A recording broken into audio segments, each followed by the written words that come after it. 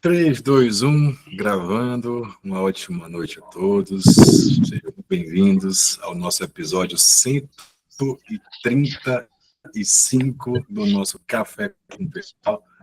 Para você que já acompanha aí há muito tempo, são quase 3 anos de Café com Penal. Para você que está chegando aí agora, é a primeira vez, é calor, seja muito bem-vindo, muito bem-vinda. Para quem não me conhece, meu nome é Caio Rangel, sou professor, advogado criminalista há 17 anos, estou bem velhinho já, e tenho por missão conduzir advogados a terem bons resultados, qualificar a advocacia. Sou idealizador da Escola de Advogados Criminalistas, que é o curso prático, 100% prático, o melhor curso prático de advocacia criminal do Brasil. Não sei se tem algum aluno da EAC aí. Enquanto que a galera vai chegando, me contem aí, são calouros, estão por aqui, pode usar o bate-papo, gente, pode colocar aqui, vamos conversando. A ideia de ser pelo Meet é justamente essa, para quem não sabe, o Café com Penal ele era feito semanalmente pelo Instagram, né? Sempre tinha muita gente, uma demanda muito alta, mas resolvi esse ano fazer algo muito mais enviesado, para aqueles que realmente estão comprometidos com a advocacia criminal, que querem crescer na advocacia criminal, e aqui a gente consegue uma intimidade muito maior, ou conversar coisas com muito mais densidade, né? Quem está aí no grupo vai receber material. Hoje a aula realmente é extraordinária. Enquanto que o povo está chegando aí, me conte aí se são calouros por aqui. Ó, melhor curso do mundo, EAC, Rita também da EAC, Emily, recém-formada, Santo Antônio de Jesus, Bahia, Advocacia Soares da França, meu primeiro contato, Paulão é aluno, Dani está por aí, Tamires, o melhor somos nós, Thiago Rocha. Galerinha, obrigado por tudo, vocês me conhecem. Aqui não tem conversa não, são 2 minutinhos para a galera entrar, e aí é conteúdo na veia.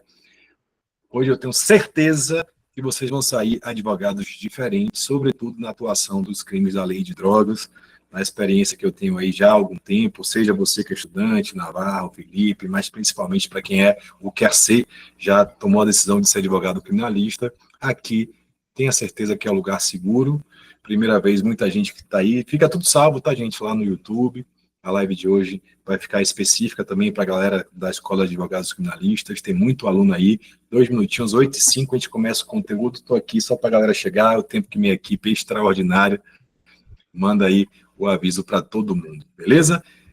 Professor, muito boa experiência ao longo do 7º período, tenho aprendido muito nas suas lives, que maravilha, Alana, Paula, Thaís, que bom, gente, fico muito feliz. Professor é um bicho vaidoso, eu gosto de elogio, a gente é movido para isso, o Café com Penal ele é gratuito, há quase 3 anos, falamos de todos os temas, e quem tiver interesse, claro, eu vou falar mais à frente sobre a Escola de Advogados Criminalistas, que é o curso assim, que tem o melhor custo-benefício do Brasil, o maior valor do Brasil, mas hoje é conteúdo denso. Rafael Andrade, Cajuru, São Paulo, Aracajibes, Sergipe, Terra Boa, Paulo, Marco Almeida tá por aí, Marcão, muita gente aí me conhece de aula de OAB, Paulo Henrique, meu querido, eu vi você entrando no grupo, eu estou te fiscalizando, para quem não conhece, grande advogado de Juazeiro. E, gente, fiquem à vontade para abrir câmera, para áudio, vídeo. Deixa eu dar uma olhadinha aqui nos nomes conhecidos, Serra Talhada, a galera muito boa aí, Ana Clara, Duque, aqui minha conterrânea, primeira vez assistindo, sou de Cuiabá, Bruna, Carla, Cláudio, Cleidson, Dayana, Débora, que maravilha, a gente aí que já foi meu aluno de graduação, pós-graduação, Robertão Figueiredo, a gente passou junto aí na AB, né, meu irmão? Vamos nessa? Queridos, 8 horas, Kelvin tá por aí também, a galera querendo se qualificar, grandes advogados, e gente, para começar a nossa brincadeira, aperta o play, Café com Penal, episódio 135 está no ar. A minha ideia aqui, hoje, conjuntamente com vocês, em 1 hora e meia, transformar a forma como você atua hoje na advocacia criminal. Vejo muita gente atuando na advocacia criminal, em especial no rito específico da lei de drogas, mas que não sabe as nuances, as especificidades e trata os crimes previstos na lei de droga como outro qualquer, quando, na verdade, esse tipo de procedimento da Lei 11.343 de 2006, sobretudo com a jurisprudência que nós temos hoje do STJ, do STF, jurisprudência muito defensiva, que se for utilizado de forma correta pelo advogado criminalista, desde o inquérito policial, ele pode sim ter grandes resultados, como felizmente estão tendo nos crimes relacionados à droga. Se você, não importa aí se você não tem uma experiência, eu nunca participei de grandes operações, eu só fiz uma audiência de juizado, eu tenho uma audiênciazinha, está começando agora na próxima semana. posso dizer, sem medo de errar, é um grande nicho, uma grande oportunidade. O tráfico, a gente sabe, ele domina todo o país, então, não raro, existem prisões em flagrantes. A última audiência de custódia que eu fiz, tinham 6 pessoas, né?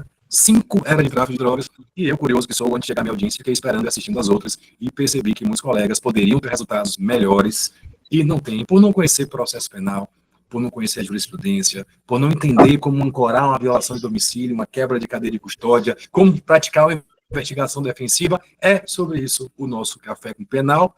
Negócio tão organizado que eu fiz até um slide aqui. Eu detesto slides, tá? Mas quando tem muita gente aqui pelo Meet, talvez seja interessante para vocês. A gente vai botando, tirando o slide, ver se eu consigo aqui. Você sabe, dá para. Apesar de estar com cabelo agora, né? Vocês acompanharam aí a saga do cabelo, tá ficando bonzinho. A gente vai começar a brincar com isso aí. Fechou? Queridos, amados amigos, minha cliente já estava comendo uma obra aí. Vou falar sobre isso, viu? E, galerinha, ao final, quem tiver qualquer dúvida, crítica, sugestão, vamos para cima. Sejam bem-vindos ao nosso novo Café com Penal. Esse cara bonito aí foi a inteligência artificial que fez, me deixou assim, gostaria de ser assim. E vamos conversar sobre a atuação defensiva nos crimes previstos na lei de drogas. Galerinha, por favor, quem está com áudio aí pode desligar, por favor. Eu mesmo consigo desligar aqui, né? Pronto, valeu, meu irmão. Normal. Queridos, começando a nossa brincadeira hoje, é importante que vocês entendam já de início, já de antemão, a importância. Não sei se o Lanzinho está aí, pode também fechar o áudio, viu, João?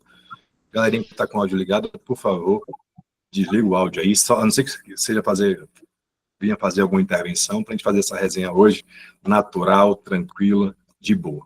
Queridos, tentando colocar aqui o slide para vocês, claro, com a dificuldade inerente aos meus cabelos brancos, mas vai sair com certeza. A primeira coisa que vocês precisam entender é o objetivo dessa aula, é a importância de saber atuar com tecnicidade nos crimes previstos na lei de drogas. Olha que slide bonitinho. Tá melhorando, viu, Kelvin? Queridos amigos, dá só um joinha se está aparecendo para vocês alguma coisa aí, por favor. Boa, garoto. Resumo da aula, gente. Vou trabalhar com vocês aqui um passo a passo. Quem tiver com caneta, com papel, pode pegar, pode separar. Ah, não, Caio, eu não uso caneta papel, é da sua época. Pegue seu notebook, seu computador, seu i, qualquer desgrama que você queira. Vou passar pela fase de inquérito policial, como a gente vai aprender a ancorar as nulidades e fazendo um passeio pela jurisprudência, tá, gente? Aqui não é aula de porra de teoria. Se for, você está procurando teoria, pode ir embora. Ponto. Aqui é aula de prática, para quem quer entender, na prática, como enfrentar um juiz, um promotor ostensivo, um ambiente, muitas vezes, inóspito de uma delegacia de polícia. É para isso que nós estamos aqui. Vou conduzir vocês com a jurisprudência, que é o que faz diferença hoje. Não me venha com negócio de doutrina, de tipicidade conglobante, de tipicidade não sei o quê, porque a gente tem que parar de romantizar a advocacia e entender na prática o que faz diferença e o que não faz diferença. Então, vamos passar pelo inquérito policial, desde a audiência de custódia também, que faz parte desse procedimento, como acompanhar um flagrante, como ancorar as nulidades, passar pelo processo, falar um pouco de audiência, teses defensivas, né, Kelvin? Falar um pouco de execução penal na lei de drogas, enfim, fazer esse apanhado geral para daqui a uma horinha você estar bombando e lembre, ó, fechou um bom cliente, conseguiu, imagine aí, conseguir uma absolvição, uma nulidade de uma grande operação. Eu já consegui uma nulidade com um cliente que foi apreendido foi a maior apreensão de droga sintética da Bahia até aquele momento, simplesmente porque atuei com estratégia, sem pressa, sem agonia, de forma combativa, pensando sempre em chegar ao STJ. Muitas vezes o juiz de primeiro grau ele não tem peito para anular um processo, o TJ da mesma forma, mas se você fez a ancoragem muito bem feita lá no inquérito policial, vai culminar em uma nulidade lá no STJ ou mesmo antes. É sobre isso que a gente vai começar. A amplitude da atuação é muito grande. É importante que você consiga entender quando eu falo em atuação em inquérito policial. Mas vamos entender, né? Quem já atua aí na área na Lei 11.343, quem já fez alguma audiência, já fez alguma defesa prévia, já fez algum recurso, alguma apelação, me diga aí. Vê se já ouviu essa historinha da carochinha, essa historinha para boi dormir. Eu ouço todos os dias e ela me indigna, ela entra pelas minhas entranhas queimando e eu combato ela todos os dias e aprendi ao longo dos anos a combater um bom combate. Vê se já ouviu essa historinha. A autoridade policial relata, né, no auto de prisão em flagrante, que estava em uma ronda de rotina, e me perdoem os policiais ou quem quer que esteja aí, aqui é aula de defesa, tá bom? Meu papel é enviesar sim para a defesa, não estou nem aí se você não concorda, se você quer acusar, você tem que procurar outro lugar. Primeira coisa, policial diz que está em ronda de rotina, essa galera roda demais, avista o indivíduo em atitude suspeita, ou ainda, recebe a informação, uma denúncia anônima que há um tráfico de drogas em tal localidade, é sempre a mesma versão. Aborda o indivíduo em fundada suspeita, a gente vai entender o que é isso, o que é que não é isso. O cara está nervoso, fugiu, correu. Encontra sempre o mesmo padrão, uma pequena quantidade de maconha. Esse cidadão que foi apreendido com uma pequena quantidade de maconha, embora não seja criminoso, é um cara tão legal que ele vira para a autoridade policial e diz: ó, meu querido, eu gosto muito de você, sua abordagem foi muito delicada. Vamos lá no depósito lá de casa, que lá no depósito lá de casa eu tenho 3 fuzis, tenho uns animais também silvestres presos, mais ou menos uns 5 quilos de cocaína, uns 300 quilos de maconha, tem uns 8 brothers meus lá também, vamos lá que você aproveita e faz a rapa e aprende todo mundo de vez.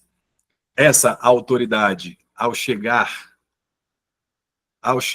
Paulo, no local conduzido pelo indivíduo, faz a colheita, a apreensão, encaminha os indivíduos para a delegacia, fazer o auto de prisão em flagrante, aquele procedimento comum da Polícia Civil, sendo que, na verdade, geralmente, esse procedimento até lá é feito por policiais militares. Olha a história que eu narrei. A quantidade de nulidades, Ana Clara, que nós temos só com isso aqui. Conversa aqui comigo. Já atendeu assim? Paulo disse que acontece muito. Qualquer lugar, tá, gente? Não estou aqui para defender ninguém, estou aqui para mostrar como faz a defesa. Primeiro, fala de denúncia anônima, ou fala em ronda de rotina, aborda o indivíduo diz onde tem droga, consente com a entrada no domicílio, versão inverossímil. Chegando lá, faz-se a busca e a apreensão, apreende as drogas sem qualquer cuidado, encaminha, faz o auto de prisão em flagrante, audiência de custódia, audiência de primeiro grau, condenação, apelação, resp. Você precisa saber ancorar essas nulidades. Sabe por quê? Porque essa história para boi dormir, ela passa no judiciário se você, advogado, não tiver tecnicidade, se você, advogado, não tiver uma postura combativa, se você, advogada, não souber fazer uma investigação defensiva. Não cabe mais aquele advogado que senta a bunda na cadeira no escritório e fica apenas peticionando quando surge uma demanda. O advogado precisa provocar o poder judiciário. O advogado precisa colocar o judiciário para se movimentar. Precisa requerer diligências, GPS da viatura, encaminhar para o órgão de inteligência, a Câmara de Segurança da Prefeitura. Isso tem que ser feito de imediato e eu vim aqui ensinar a vocês sobre isso. Mas comenta aqui, eu não vou ficar falando sozinho não, já viu alguma situação parecida? Não fica ofendido comigo não, que eu estou mostrando a realidade. Todos os dias eu peguei um processo agora sobre isso, exatamente igual. E aí, ó, bônus para quem está aqui, Marcão, no Café com Penal, está no grupo. Eu vou mandar um processo real que eu estou atuando para vocês, suprimir os nomezinhos, e com base na aula de hoje, vocês vão analisar quais são as nulidades. Esse processo foi agora, tem menos de um mês. Vou mandar para quem estiver no grupo e depois vou gravar um vídeo dizendo, ó, isso é legal, isso é legal, isso é legal, isso é legal, mas eu quero que você consiga identificar. Eu sei que todos vocês, com mais ou menos conhecimento jurídico, sabem que isso tudo que eu narrei, que, assim, aqui é a prática, aqui não tem teoria. Não vou abrir o artigo 33 e dizer que tem 18 verbos, que é plurinuclear, um tipo misto alternativo. Porra, nenhuma. Vou explicar como a gente ancora isso. É o rotineiro da polícia, e aqui não estou para criticar a autoridade policial, não estou para criticar ninguém, estou aqui para fazer o meu trabalho para defender o meu cliente. Ponto.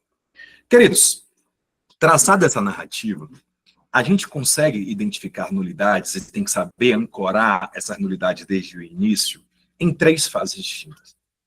Nós conseguimos vislumbrar nulidades, primeiro, na busca pessoal, no momento em que há o baculejo, como a gente fala aqui em Salvador, sobretudo no Carnaval.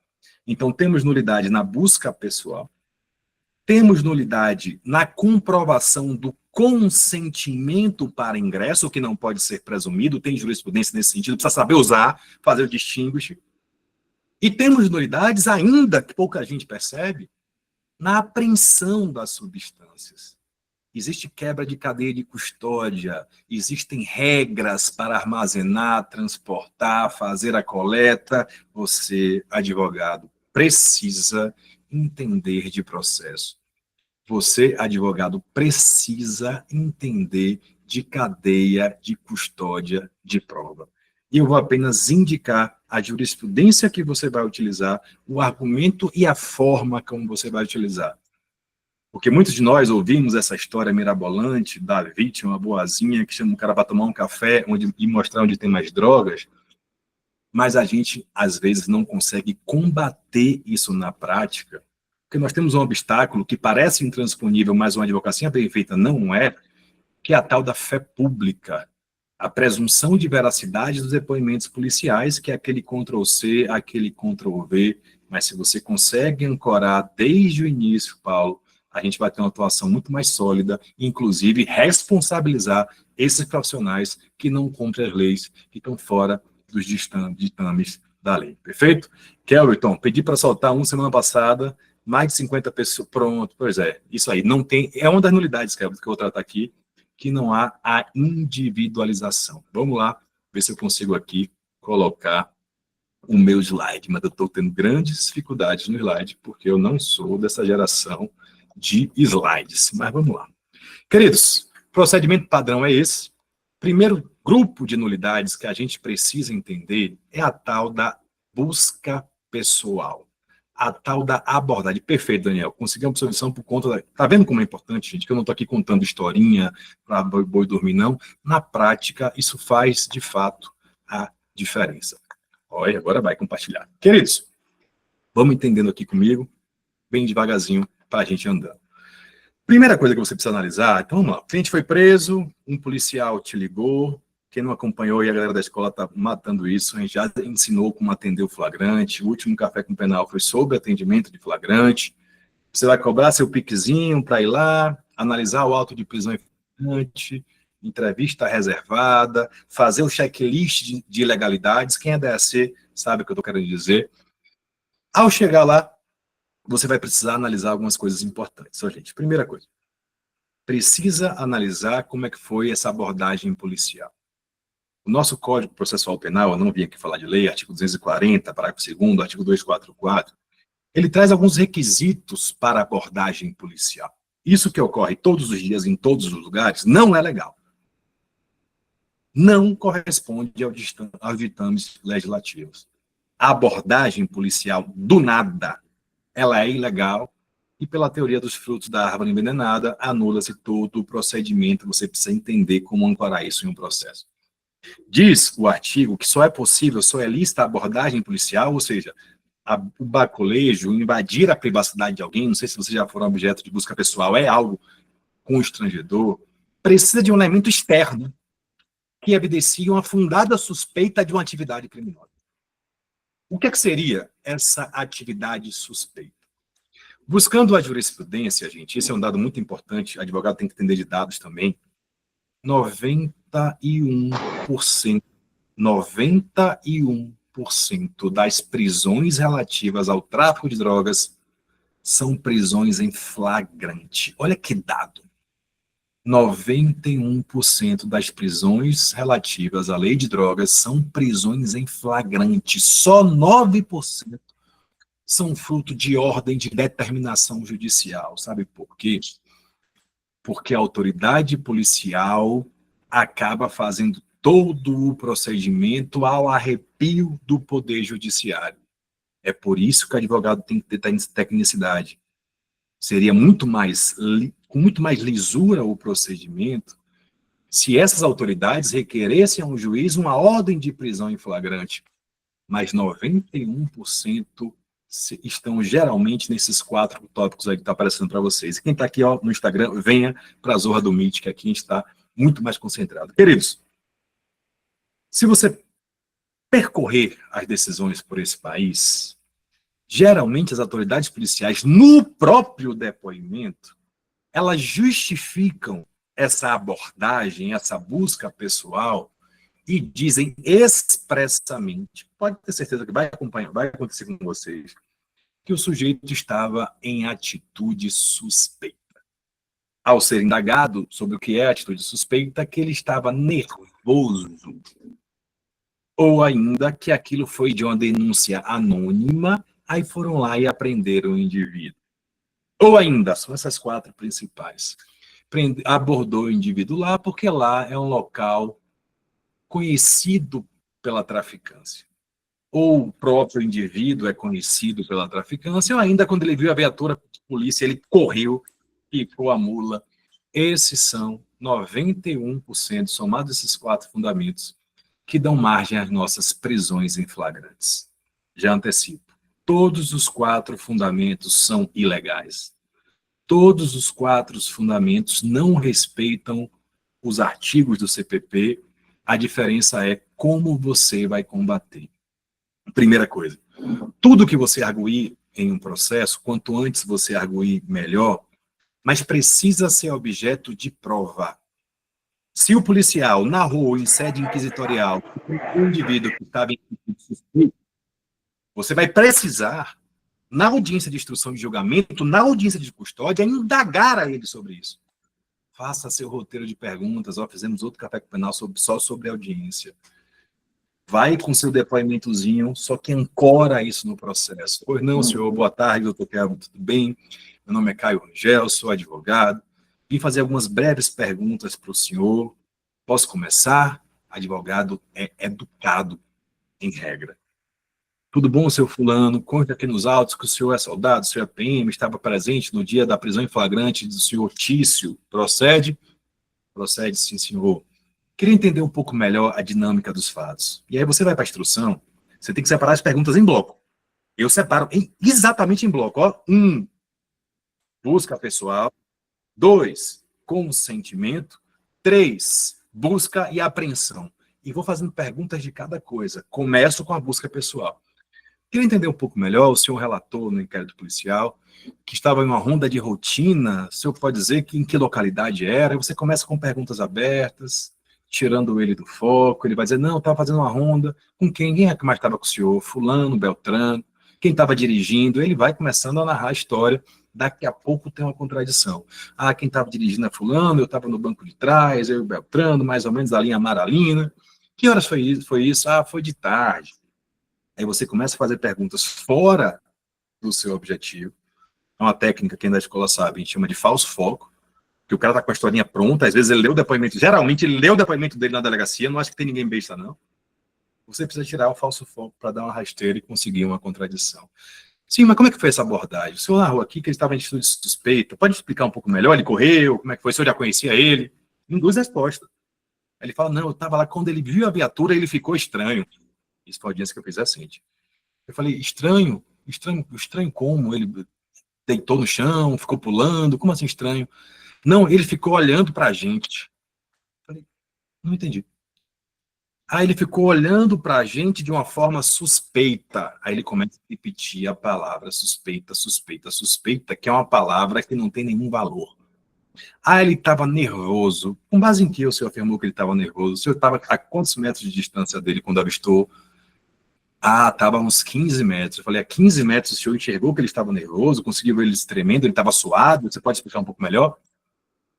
Entende que se eu não fizer esse tipo de pergunta, eu não vou conseguir ancorar embaixo, porque eu vou fazer as mesmas perguntas para as três autoridades policiais, que geralmente compõem o auto de prisão em flagrante, e vocês vão perceber que as respostas elas vão ser truncadas.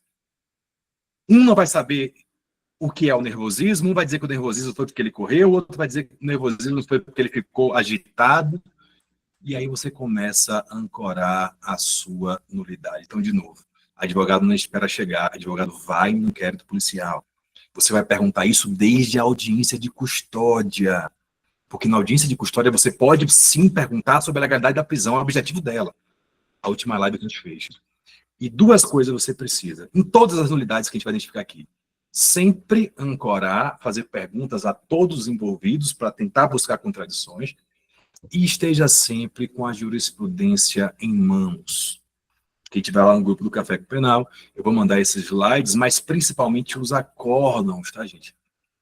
Porque se você é razoavelmente esperto, e são espertos por estarem aqui 10h30 da noite numa quarta-feira, se são razoavelmente espertos, se você identificou em um processo seu que a busca pessoal foi motivada pela atitude suspeita, a sua petição está pronta.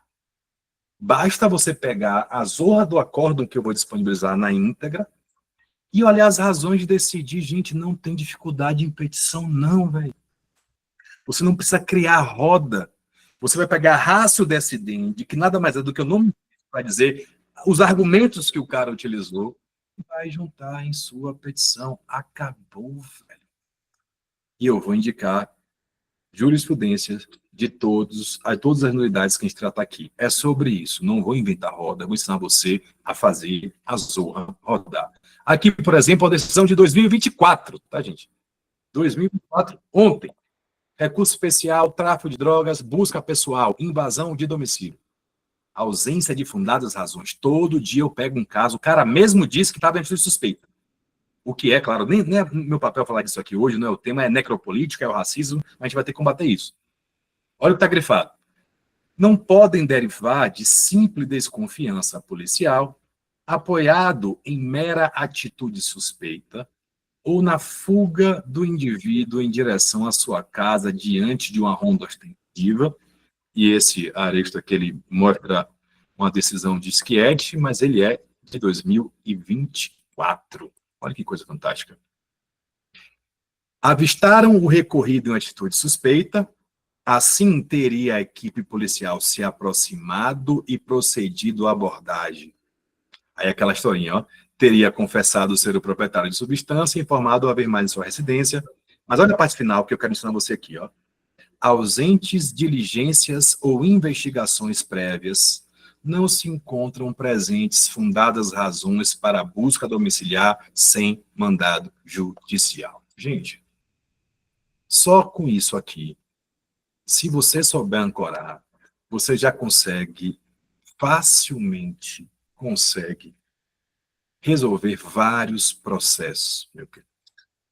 O que é que você precisa saber, mais uma vez, como ancorar isso desde o inquérito? Pergunta a ele o que é atitude suspeita. Como foi a atitude suspeita? Se ele não souber responder, você dá exemplos, envia as respostas. Ele correu, porque o cara, quando está perdido, ele vai se apegar. Isso é técnica, tá, gente? Quando ele está perdido, ele viu que ele falou besteira, atitude suspeita, o que é? É muito subjetivo. Pode explicar um pouco melhor? Não, doutor, sabe como é? Não, não sei como é. O senhor pode não explicar? Ele correu. Você dá uma tábua de salvação, ele vai buscar. Isso, doutor, ele correu. Quantas vezes já vi? Ele ficou nervoso, se mexendo rápido. Exatamente, doutor. Só que quando você perguntar para outro cara, ele não vai dar a mesma resposta. Aí você começa a ancorar. Nulidade é aquele negócio, é uma batidinha de cada vez. Ó. Água mole, pedra dura, tanto bate que uma hora fura. Mas não esqueça de perguntar, pode pegar sua caneta aí, se houve outras diligências. Claro, você não vai se perguntar assim de vez, né? Sim, o senhor viu atitude suspeita? Já tinha visto esse indivíduo anteriormente? Não. Fez alguma investigação no local? Não. Ou seja, não houve outras diligências? Não. Ancore essas duas coisas.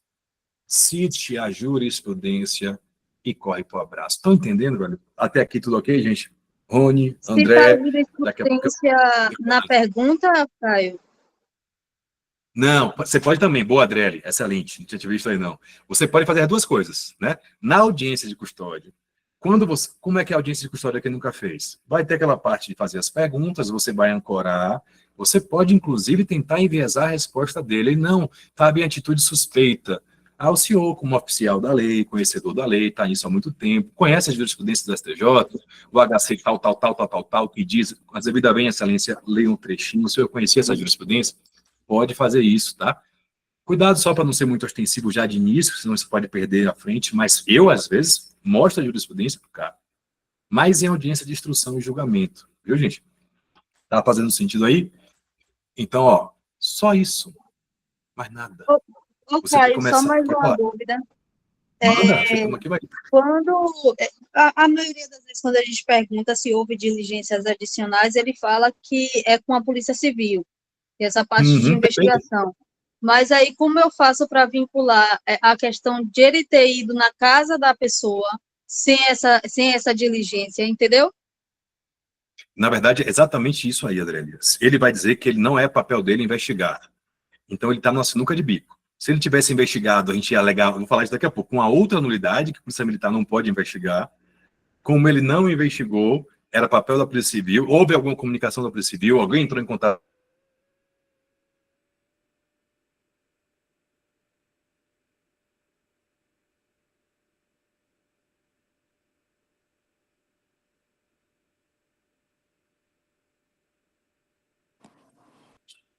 Parece que caiu aí, Caio. Travou, hein? Travou mesmo aí, a troça dele.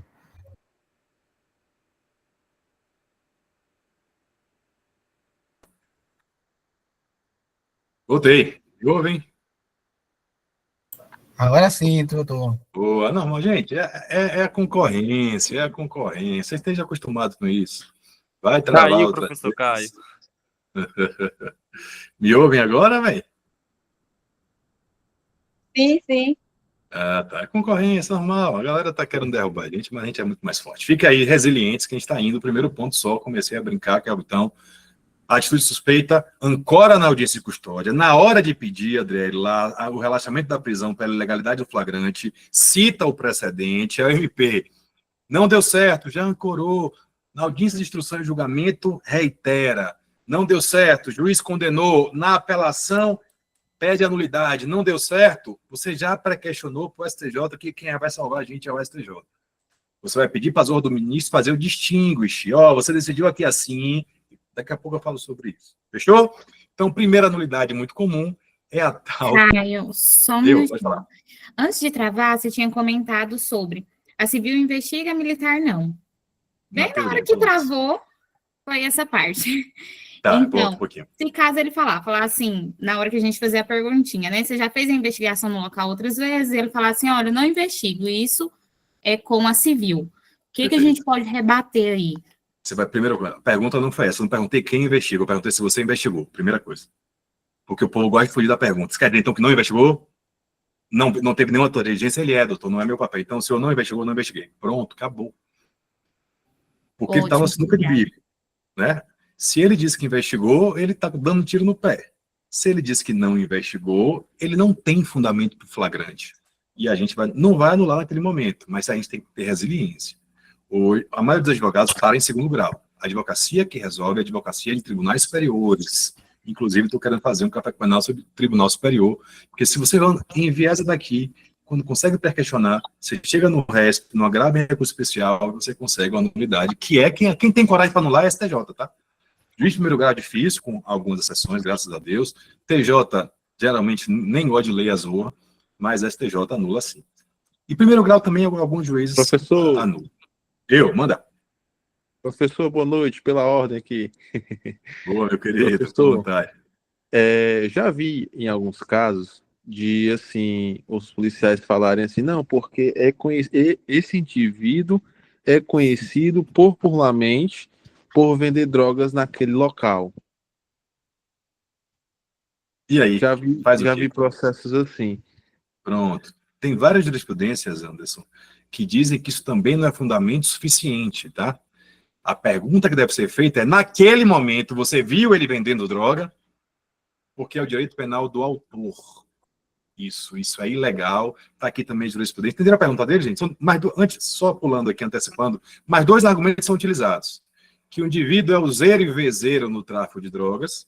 Isso não legitima abordagem o tempo todo, senão o cara não vai ter vida. Ele está solto por decisão judicial, a não ser que haja uma ordem de prisão em aberto. Mas é outro argumento, Anderson, que a gente vai questionar desde lá. Quer dizer, então, que o que motivou a sua abordagem foi saber que ele já tinha participação em outros tráficos? Não tenha medo de perguntar isso, não. Foi sim. Nesse momento, você ouviu ele traficando? Não vi. Exatamente, Thaís. Foi flagrado praticando o ato? Perfeito. Porque às vezes a gente acha que está fazendo errado. Não. Aquilo é ilegal. Isso não... Imagina, eu respondo um processo, todo lugar que eu andar, a polícia vai me abordar. Precisa de fundadas suspeitas. E fundadas suspeitas é algo que tem que ter atualidade. Outro ponto, pegando seu gancho, Anderson, que é muito comum. O sujeito dizer que o local é conhecido pela traficância. que naquele lugar sempre tem tráfico de drogas. Isso é genérico, isso é preconceituoso, isso ofende, inclusive, o efeito criminológico do local. É outra nulidade que a gente precisa arguir, Dani, desde sempre. Não quer dizer que ela vai ser deferida nesse momento, tá? Mas se você tem alguma prova robusta, já na audiência de custódia, já começa a ancorar, a depender do juiz, pode ser que solte. A Adriele, que é aluna da escola, contou um caso similar ontem, né, Adriele? Que nem houve. Quer contar pra gente aí, Adriele, de novo? A Adriele é aluna da escola, excelente advogada. Conta aí pra gente. Deixa eu ligar aqui, tá? Para falar com você. Foi uma atuação muito interessante. Eu fui contratada ontem para atuar no flagrante, e aí, nesse suposto flagrante, o policial falou que ele tinha tomado, primeiro que ele tinha tomado um escorregão, que o menino estava com um galo na cabeça enorme. E, além disso, que ele viu a viatura, correu com ele outras pessoas também. Antes dele dar a declaração dele, eu conversei com ele antes e depois conversei com o delegado. Aí, pelo que eles falaram, era pouquinha quantidade, mas não era bastante quantidade, e ainda tinha uma balança de precisão. Conversei com o delegado não queria fazer a portaria, ele queria lavrar o flagrante mesmo, mas aí eu, uma orientação muito precisa mesmo, graças a Deus o menino falou muito direitinho, ele entendeu que o menino, houve uma ilegalidade, porque houve agressão, ele precisou ir para a UPA, o médico mandou ele fazer uma tomografia por conta da lesão na cabeça, e aí eu peguei e falei, né, conversei com ele sobre essas possíveis nulidades, e aí ele, tá, doutor, eu vou lavrar vou fazer somente a portaria. Ele fez a portaria e saiu de lá da delegacia mesmo. A advocacia combativa, quem não conhece a Adriele aí, é uma das alunas da Escola de Advogados Criminalistas, conseguindo grandes resultados, já fazendo mentoria, fico muito feliz, viu, Débora? Vamos junto. Percebam, gente? Então, vamos lá. Voltando para as nulidades, estamos citando exemplos, mas todos os exemplos eu preciso de duas coisas. Saber ancorar desde o inquérito policial e ter a jurisprudência de fundamento, para fundamentar minha petição e pedir o distinguish para o tribunal. Ah, cara, eu não sei que diabo é distinguish. Que o tribunal me prove, porque esse caso é diferente desse caso que o STJ ou o STF julgou com precedente. Isso é técnico. Então, primeira coisa, atitude suspeita, nervosismo, não é argumento hábil. Saiba perguntar para vir a resposta assim mesmo. Se a resposta for, estava em atitude suspeita, é ótimo. Estava nervoso, é ótimo. Vai esmiuçando, pegando contradições. Se o argumento dele é que fulano de tal é o zero e bezeiro no tráfico, ótimo. Foi isso que motivou a abordagem. O senhor já conhecer, ele vai responder achando que está bom para ele. Exatamente, nulidade. Ah, o local é conhecido pela traficância. Nesse lugar, estava nesse momento. O senhor viu alguma venda antes da abordagem? Não. Ótimo. E a principal, doutor Paulo? A tal da desgrama, da miséria, da denúncia anônima. Gente, eu vou mandar tudo para vocês, me perguntaram aí. Aqui é só um trechinho para não ficar longo o slide, tá? Eu vou mandar na íntegra. Estudem, leiam. O advogado que quer se qualificar tem que aprender a estudar as decisões para conseguir a razão de decidir. A denúncia anônima, então, vamos dizer assim, o que mais ocorre na prática. Ou diz que estava em ronda de rotina, é a primeira hipótese, ou diz que houve uma denúncia anônima, às vezes informada pela central, pela SICOM, pelo DIA. Todo dia acontece isso. A gente precisa entender que, tecnicamente, uma denúncia anônima, por si só, sem outros atos, ela não legitima uma busca e apreensão. Repito, uma denúncia anônima, por si só, quem está dizendo isso não sou eu, a jurisprudência dos tribunais, não traduz em fundada suspeita para abordagem. Então, mais uma vez, Caio, como é que eu ancoro isso? Tem que perguntar, gente. Sim, me conte aí, para eu entender, como é que vocês chegaram ao indivíduo tal? Não, estava na viatura quando recebi uma denúncia da central, dizendo que fulano tinha uma mulher praticando tráfico de drogas. Quando foi? De onde foi? Aí você começa a perguntar, como é que é essa informação? É por WhatsApp, através de um rádio? Como é que funciona? Porque depois eu vou requerer essa zorra. Ninguém faz isso. Sim, depois dessa denúncia anônima, você foi para lá direto e prendeu e abordou para mostrar, mais uma vez, que não houve outra diligência, gente. É porque a gente está acostumado com ilegalidade. Prisão em flagrante com invasão de domicílio tem que ser exceção da exceção da exceção da exceção da exceção da exceção, pô.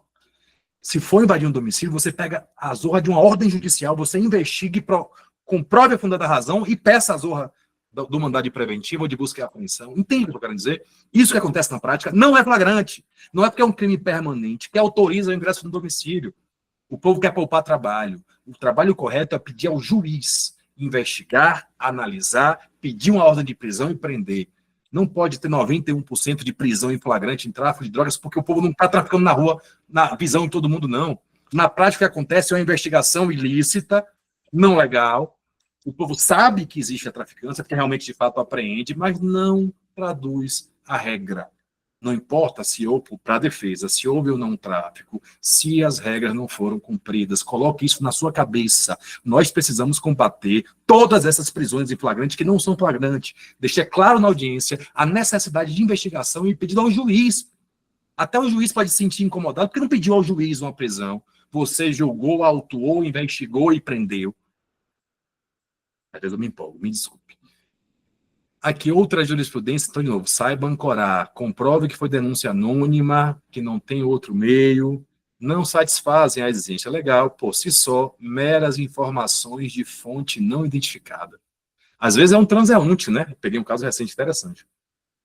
O cara falou que uma senhora disse que estava tendo tráfico de drogas em tal lugar. Eu perguntei mais ou menos a idade, de uma cidade pequena, qual é o nome da senhora? A cidade tinha acho que 8 mil habitantes. Uma cidade de 8 mil habitantes, o senhor está lá há quanto tempo? Não conhece? Qual é o nome dessa senhora? Ah, não conheço, nunca vi. A senhora estava a pé, estava vestida como? Se a gente pegar os depoimentos, dá vontade de dar risada. Um disse que ela estava numa caminhonete preta, parou e avisou. O outro disse que estava andando. Um disse que estava de vestido. O outro disse que estava de calça jeans. Meu irmão, e aí? Aí a gente só começa... Eu só consigo a nulidade se eu consigo pegar as contas. Entende o que eu estou querendo dizer? Não é verdade essa versão. Eles sabem que existe o tráfico e querem legitimar o tráfico para prender o traficante. Não estou dizendo se é certo ou errado, está fora da lei. A gente precisa pegar essa denúncia anônima de um transeunte. Sim, onde foi exatamente? Quem era? Era um homem ou mulher? Qual a idade? Estava vestido como? Qual é a altura? Qual é a cor? Porque não é uma história verdadeira e não vai subsistir. Só que a gente, advogado, tem que sair do mais do mesmo e perguntar o que todo mundo pergunta. Testemunha sabe dizer, se sabe dizer não. Você que vai induzir ela a dizer. Ou intuições e impressões subjetivas, intangíveis e não demonstráveis de maneira clara e concreta, apoiadas, por exemplo, exclusivamente no tirocínio policial. Bonita essa palavra, né? Hipótese em que, da mera leitura dos fatos constantes na sentença, é que surge a ilegalidade da revista pessoal e veicular realizada, uma vez que fundada apenas em denúncia anônima, sem qualquer outro elemento concreto que demonstrasse a justa causa para a diligência policial. Isso que a gente precisa provar. 1, que houve uma denúncia anônima. 2, que não há outro elemento que não a denúncia anônima que demonstrasse a justa causa. Porque quando há uma denúncia anônima, se o cara chega e está tendo uma traficância, tudo bem. Mas há uma denúncia anônima, ato contínuo eu abordo e encontro a droga, isso é ilegal. Chato que sou. É fácil fazer isso. Você vai no inquérito fazer as perguntas, se é anônimo, se não é, como era, pegar contradições para mostrar que nem isso existiu, porque não existe na prática. Vai mostrar que não houve outros elementos. Vai mostrar a jurisprudência para ir subindo. Se deu certo, deu sorte, anulou antes. Se não deu, vai até o STJ e pede lá. Vai juntar o julgamento do próprio STJ. Tá acompanhando aí? Manda.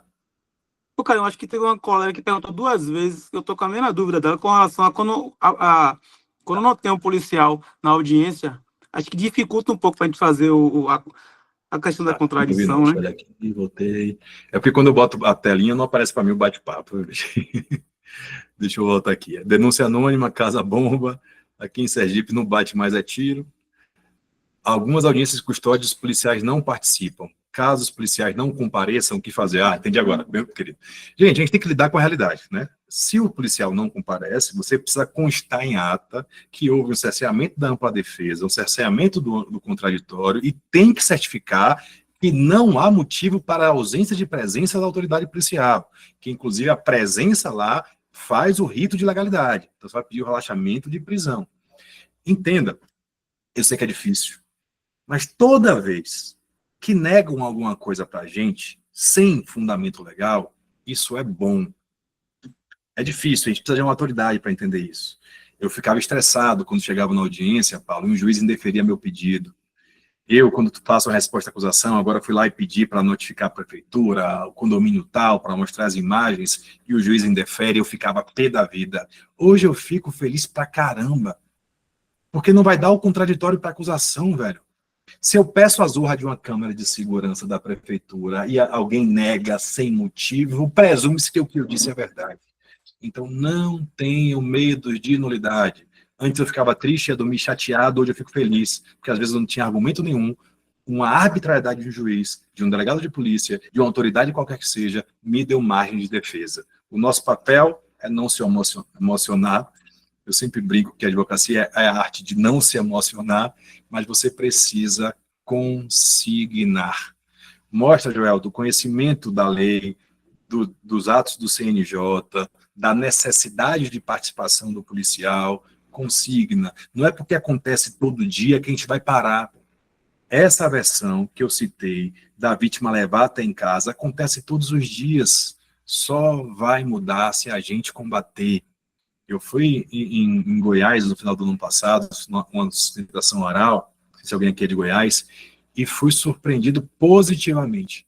Um desembargador lá, esqueci o nome dele, ele anulou, eu vi 8 processos numa mesma sessão, porque ele disse que essa versão é inverossímil, não é razoável, que ninguém em sã consciência iria conduzir a autoridade até sua casa. Ele anulou 8, ele inverteu a presunção de inocência. Exatamente, a gente precisa combater, até porque quem decide mesmo lá em cima não é primeiro grau, segundo grau. Fechou?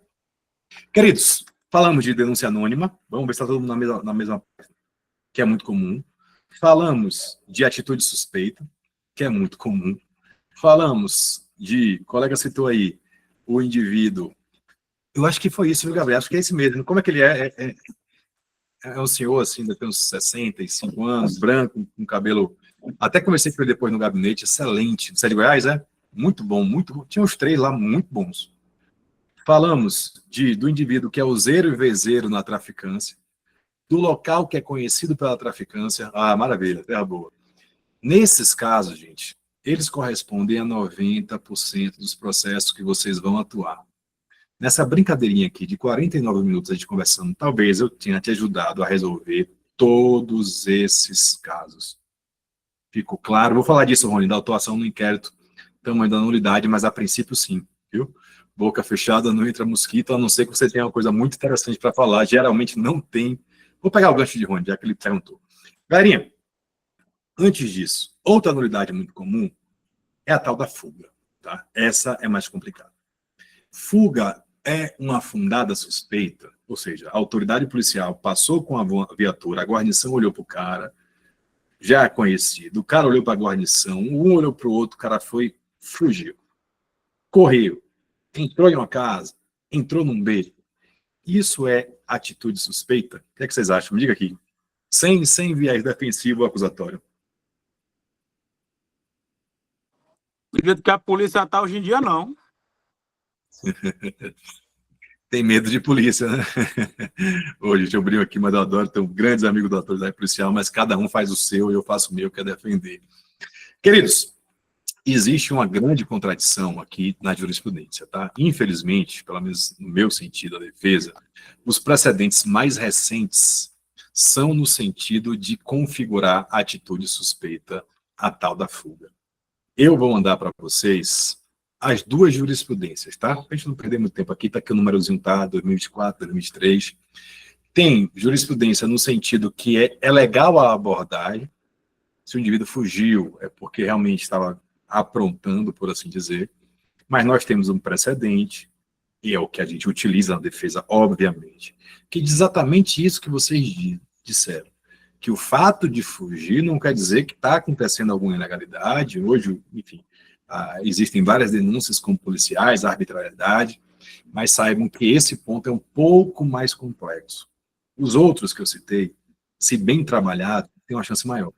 E quando eu digo bem trabalhado, gente, eu sou chato pra caramba, porque é isso que você precisa botar na sua cabeça, é provar, é perguntar, é indagar, é fazer investigação defensiva, que eu vou falar daqui a pouquinho. Esse tem posicionamentos divergentes, vai depender em que turma cair, em que ministro cair, enfim. E está aqui a jurisprudência de local conhecido por tráfico também, ó. Não houve nenhuma investigação prévia ou fundada suspeita com base em fatos concretos, além do simples fato de se tratar de um local conhecido como ponto de tráfico, e o fato de os policiais terem desconfiado. Ó, agosto de 2024, jurisprudência nova, similar, Paulo, àquela que a gente citou do indivíduo que é conhecido da traficância. Então, gente, para a gente não alongar muito, a aula é prática, ela não é teórica, eu vou disponibilizar tudo para vocês, inclusive, fique aí, um processo real para você analisar, quem não tem muita experiência, provar o que eu estou dizendo, para saber, se chegar a sua vez, você vai saber analisar o que é legal e o que é legal. É um processo real que eu estou atuando agora, tá? 27 de dezembro começou esse processo. Análise crítica, gente, é aquilo que eu já disse a vocês. A gente está muito acostumado com ilegalidade. Se a gente pegar o ordenamento jurídico de outros países, inclusive dos Estados Unidos, que é conhecido por ser mais ostensivo na segurança pública, existe muito mais segurança nos flagrantes. Porque tem câmara de segurança, tem um procedimento que tem que ser por escrito. Existe hoje um desvirtuamento do flagrante, não sei se é por preguiça, enfim, porque o procedimento correto é, fundadas suspeitas, vai para o Poder Judiciário, investiga de maneira concreta e consegue pegar, de fato, aquela cadeia produtiva da droga. A necessidade é de investigação, mas onde tem falha é um grande nicho, é uma grande oportunidade para nós, advogados criminalistas. Então, primeiro, vamos assim dizer, leque de ilegalidades é a da busca pessoal. Então, você combate desde aquela abordagem. Aí vem o segundo leque de nulidades, que é o tal do ingresso no domicílio. Meus queridos, passada a busca pessoal, lícita ou ilícita, a gente vai combater isso, a versão que sempre se apresenta perante o Poder Judiciário é que existia um consentimento para o ingresso no domicílio. E, sinceramente, convenhamos, vamos sim, Felipe, todos aqui, isso, Rony, houve a mudança jurisprudencial, nós temos precedentes nos dois sentidos, mas, claro, ele como advogado, enviesado que sou, sim, parcial que sou, porque a defesa é parcial, eu junto o precedente que me favorece. Queridos, convenhamos aqui, entre nós, todos adultos, 150 pessoas aqui, obrigado até pela participação de todos, quem estiver por aí, ó, vou mandar o processo, estejam no grupo, quem já é da Escola de Advogados Criminalistas, muito obrigado, quem não é, vou liberar 5 vagas hoje, viu? Depois eu explico como é essa Escola de Advogados Criminalistas, que é, enfim, eu vou falar muito dela, é extraordinário, quem quiser depois, tem 5 vagas para falar com nossos assessores e fazer parte, voar como a Adriele, Kelvin, ter esse tratamento individualizado. Quem é cada escola aí? Queridos, para mim, pensem vocês, se tivessem fazendo alguma coisa errada em casa, tivessem traficando drogas, animais silvestres, pense vocês, iriam autorizar a entrada de uma autoridade policial no seu domicílio sem ordem judicial? Sinceramente, não iria. Ninguém em sã consciência, sabedor que há um crime permanente sendo praticado, não vai permitir o ingresso. Então, essa é mais uma mentira que contaram. Obrigado, Joel. A escola foi o melhor investimento de 2025, muito prática. Tive aulas com o professor na minha pós-graduação, deve ter sido a de Zamboni, né? Paulo foi no interior da Bahia. Angélica, sim, massa, show de bola. No final, falo sobre a escola, tá, gente? Quem quiser mais informações, a escola é um curso prático da advocacia criminal, com duração de 1 ano, tem vários módulos gravados, tem uma aula ao vivo por mês fechadinha, modelo de peça, tem um grupo que eu entro todos os dias para tirar as dúvidas, para discutir processos, é porque a gente quer uma advocacia combativa. Amigos, Vou falar no finalzinho como é que tem. Vou liberar. A produção me falou 5 vagas, né? Porque assim, vai vencendo o ano do povo, né? Vai ter aula presencial esse ano, vai ter um evento que eu estou fazendo um negócio bacana, viu? Pois é, Paulo. Quem é que vai levar a polícia em casa e quem é que vai consentir? Só que essa é, de verdade, a versão que se apresenta nos nossos tribunais. As autoridades policiais falam que houve consentimento, existe fé pública, 2, 3 falam a mesma coisa, e a defesa faz o quê para provar diferente? E aí 2 coisas são muito importantes. Primeiro, mais uma vez, fazer as perguntas. Conversar com o réu, e o réu tem que afirmar expressamente,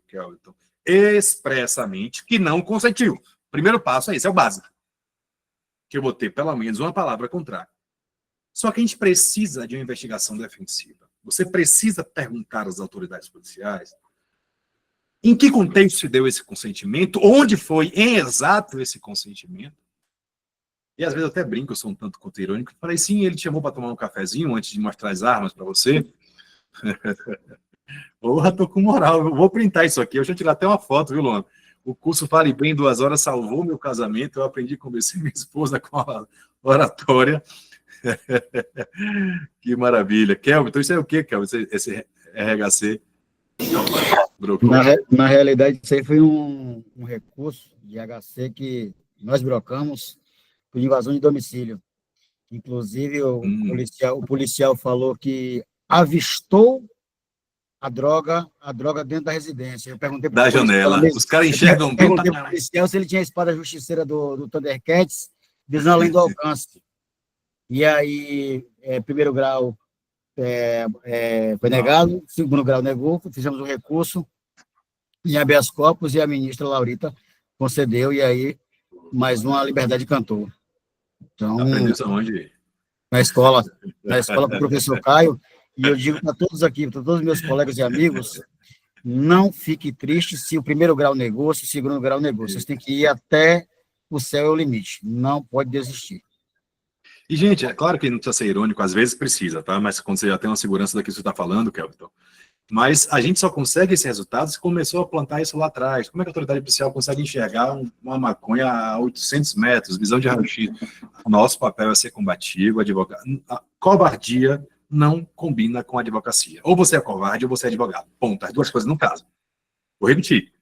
Covardia não combina com a advocacia. Eu não estou mandando ser ostensivo, mas se você é contratado para defender um cliente, você precisa fazer o que for necessário para defender o seu cliente e sem dor na consciência. Você é contratado para isso. Não faz nada de errado. Ponto.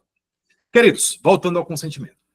Existe um precedente que pouca gente sabe, pouca gente utiliza, já tem uns 3 anos esse precedente, mas que a razão de decidir, vou mandar para vocês, ajuda muito em processos na prática. Por quê, Caio?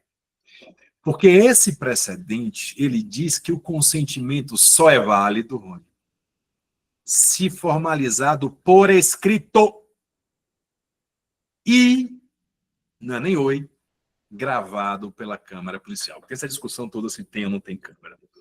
Quem está dizendo não sou eu.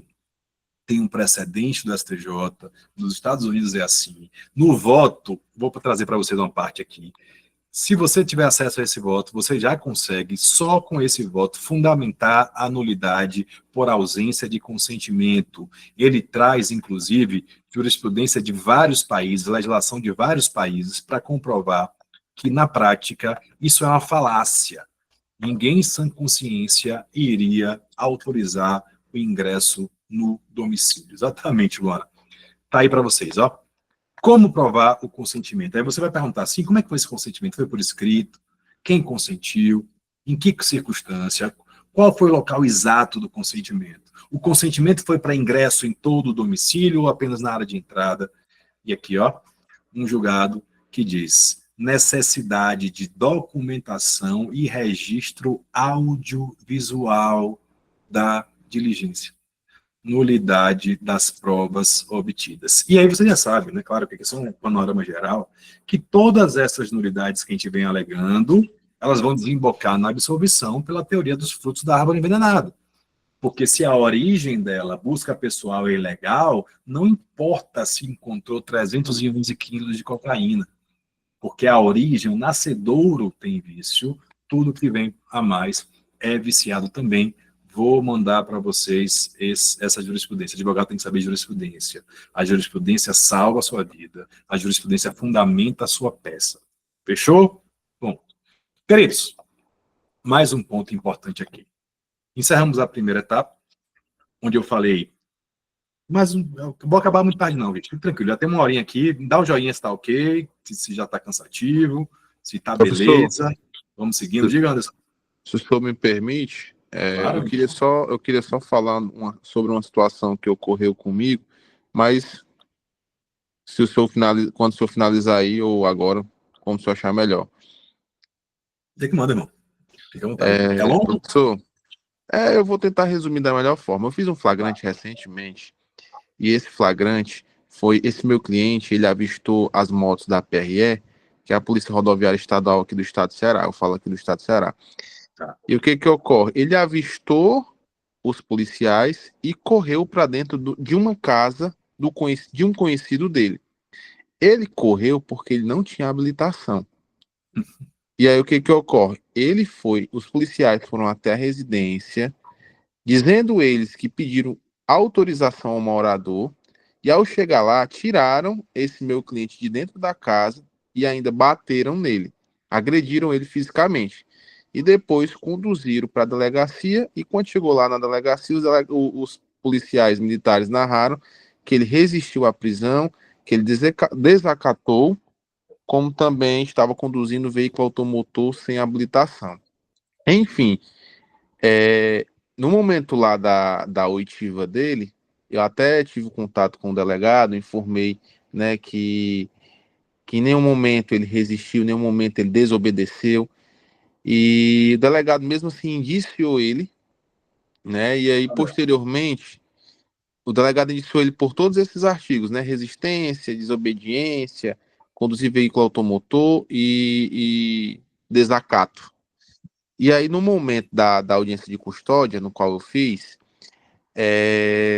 eu pedi o relaxamento de prisão, alegando essas nulidades, né, da invasão do domicílio, que já tem jurisprudência, entendimento do STJ, que a simples suspeita do indivíduo ali não é fundamento para a polícia ingressar na residência, etc.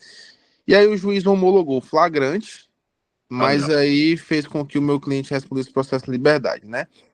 E aí o que ocorre? O cliente agora vai querer me contratar para atuar no processo. Perfeito. Aí, vamos lá, nesse processo, o que é que eu imagino, o que é que eu penso? Eu penso em fazer a defesa dele para alegar todas essas nulidades. Mas eu acredito que o Ministério Público vai propor um acordo de não persecução penal para ele.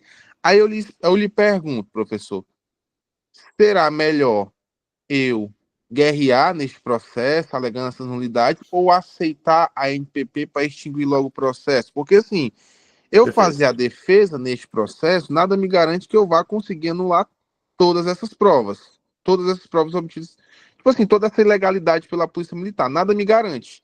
Aí Você já respondeu a pergunta, viu? Aí eu fiquei pensando, rapaz, será que é interessante? Porque o crime, com certeza o MP vai propor a NPP. E outra coisa, parece que tem um conflito aí que você não pode estar requisitando a NPP após a sentença, né? Ou eu consigo? Consegue. Mas você pediu antes, tá? Como é que funciona isso? Primeiro, quem foi Anderson? Pegando o gancho. Essa decisão, na verdade, tem que ser tomada pelo cliente, tá? É assim, eu sempre digo aos meus clientes, às vezes é melhor ter paz do que ter razão. Uhum. Não há nenhuma garantia que você vai anular, é possível que você não consiga anular em primeiro grau, em segundo grau, ele vai responder o processo durante anos e arriscar responder um processo lá na frente.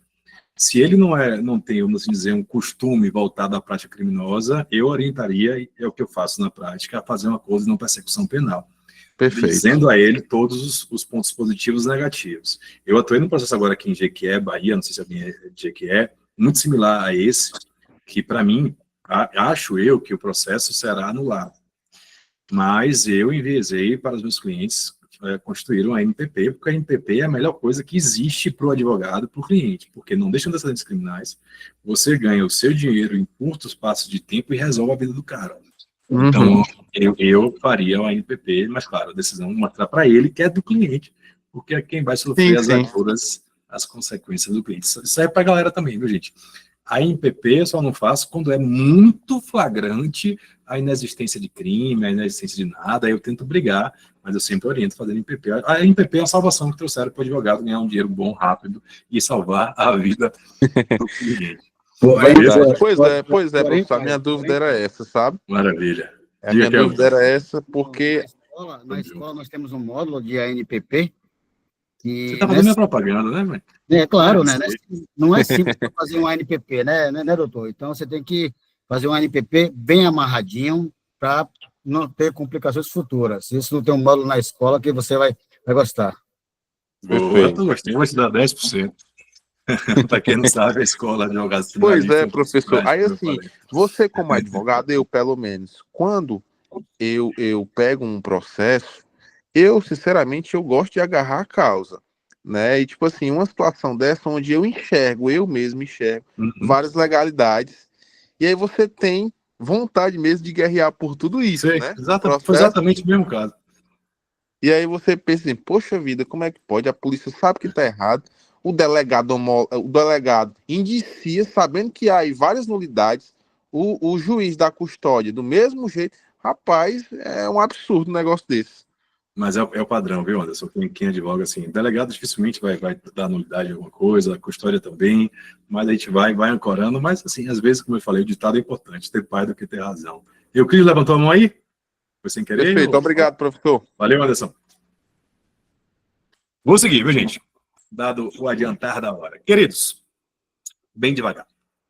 Muito importante essa pergunta do doutor Anderson aí sobre a NPP. Lá na escola tem um modo de acordo na persecução penal, quando fazer, quando não fazer, como fazer, acordo, tá? Esse bem o processo lá em Jequié, a proposta original era prestação de serviço à comunidade, pagar 18 mil reais, a gente quebrou o pagamento em 1/3 e não precisou prestar serviço à comunidade, tudo é conversa, tá? Outro ponto importante, gente. Primeiro, núcleo de nulidades, busca pessoal, onde origina a nulidade. Segundo, grupo de ilegalidades, consentimento. Pergunta se foi por escrito, se foi gravado. Ah, não tenho câmera. Não foi isso que eu perguntei. O senhor gravou? Ah, eu não tenho, assim, eu não tenho câmera da polícia. Eu falei, não foi essa a pergunta, senhor. A pergunta foi se o senhor gravou de alguma forma, se era a sua câmera, não importa. Não, não gravei. Outro grupo de nulidades, além do consentimento, e esse pouco a gente atua, vou falar rapidamente aqui, que não é o foco da nossa aula, é a zorra da apreensão da droga em si. E aí, se tiver uma coisa que eu falar para vocês estudarem, eu vou mandar alguns artigos também no grupo, é a tal da cadeia de custódia de prova. Gente, advogado precisa entender cadeia de custódia.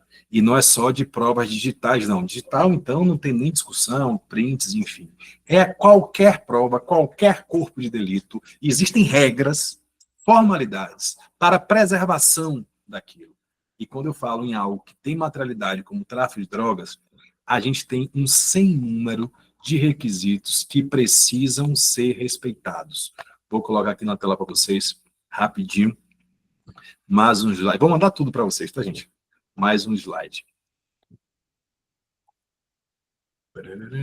Segura aí, 9h30, peixe. Queridos, aqui. Vou botar assim mesmo. Apareceu? Ainda não? Agora apareceu. Terceiro grupo de nulidades é na busca e apreensão, ou na apreensão em flagrante. Tem que olhar se houve a cadeia de custódia de prova. Existem precedentes anulando, inclusive, acusações de tráfico de drogas por quebra na cadeia de custódia. Tem um caso que eu vou mandar para vocês. Isso é muito mais comum do que acontece. Os caras pegam a droga lá de qualquer jeito, não tem habilidade, não tem lacre, pega num saco lá de mercado e entrega, não tem como comprovar que foi o mesmo, como foi o deslocamento, quem fez esse acondicionamento. Então, a gente precisa entender de tráfico, ou melhor, de cadeia de custódia. Algumas perguntas que precisam ser feitas na instrução precisam ser requeridas. Primeira delas, houve o registro da apreensão? Como assim, Caio? Registro da apreensão. Gente, é muito mais comum do que parece. Vou pegar aqui para vocês um processo que... Esse mesmo que eu vou mandar para vocês, vocês vão olhar. O que é que isso quer dizer, registro de apreensão da droga? Foi feita a especificação detalhada da substância, está aqui, tá vendo? Ou seja, disse qual droga era, quanto de droga era, a embalagem foi identificada. esse que eu vou mandar para vocês, está lá uma certa quantidade de maconha, uma certa quantidade de comprimidos. Eu não tenho como comprovar que aquilo que foi apreendido naquele momento não foi pesado, é a mesma substância que está lá. Então, primeira coisa, ver o registro de apreensão de droga. Segundo, quem manipulou a droga e como manipulou essa droga. Faça perguntas às autoridades policiais para pegar contradições.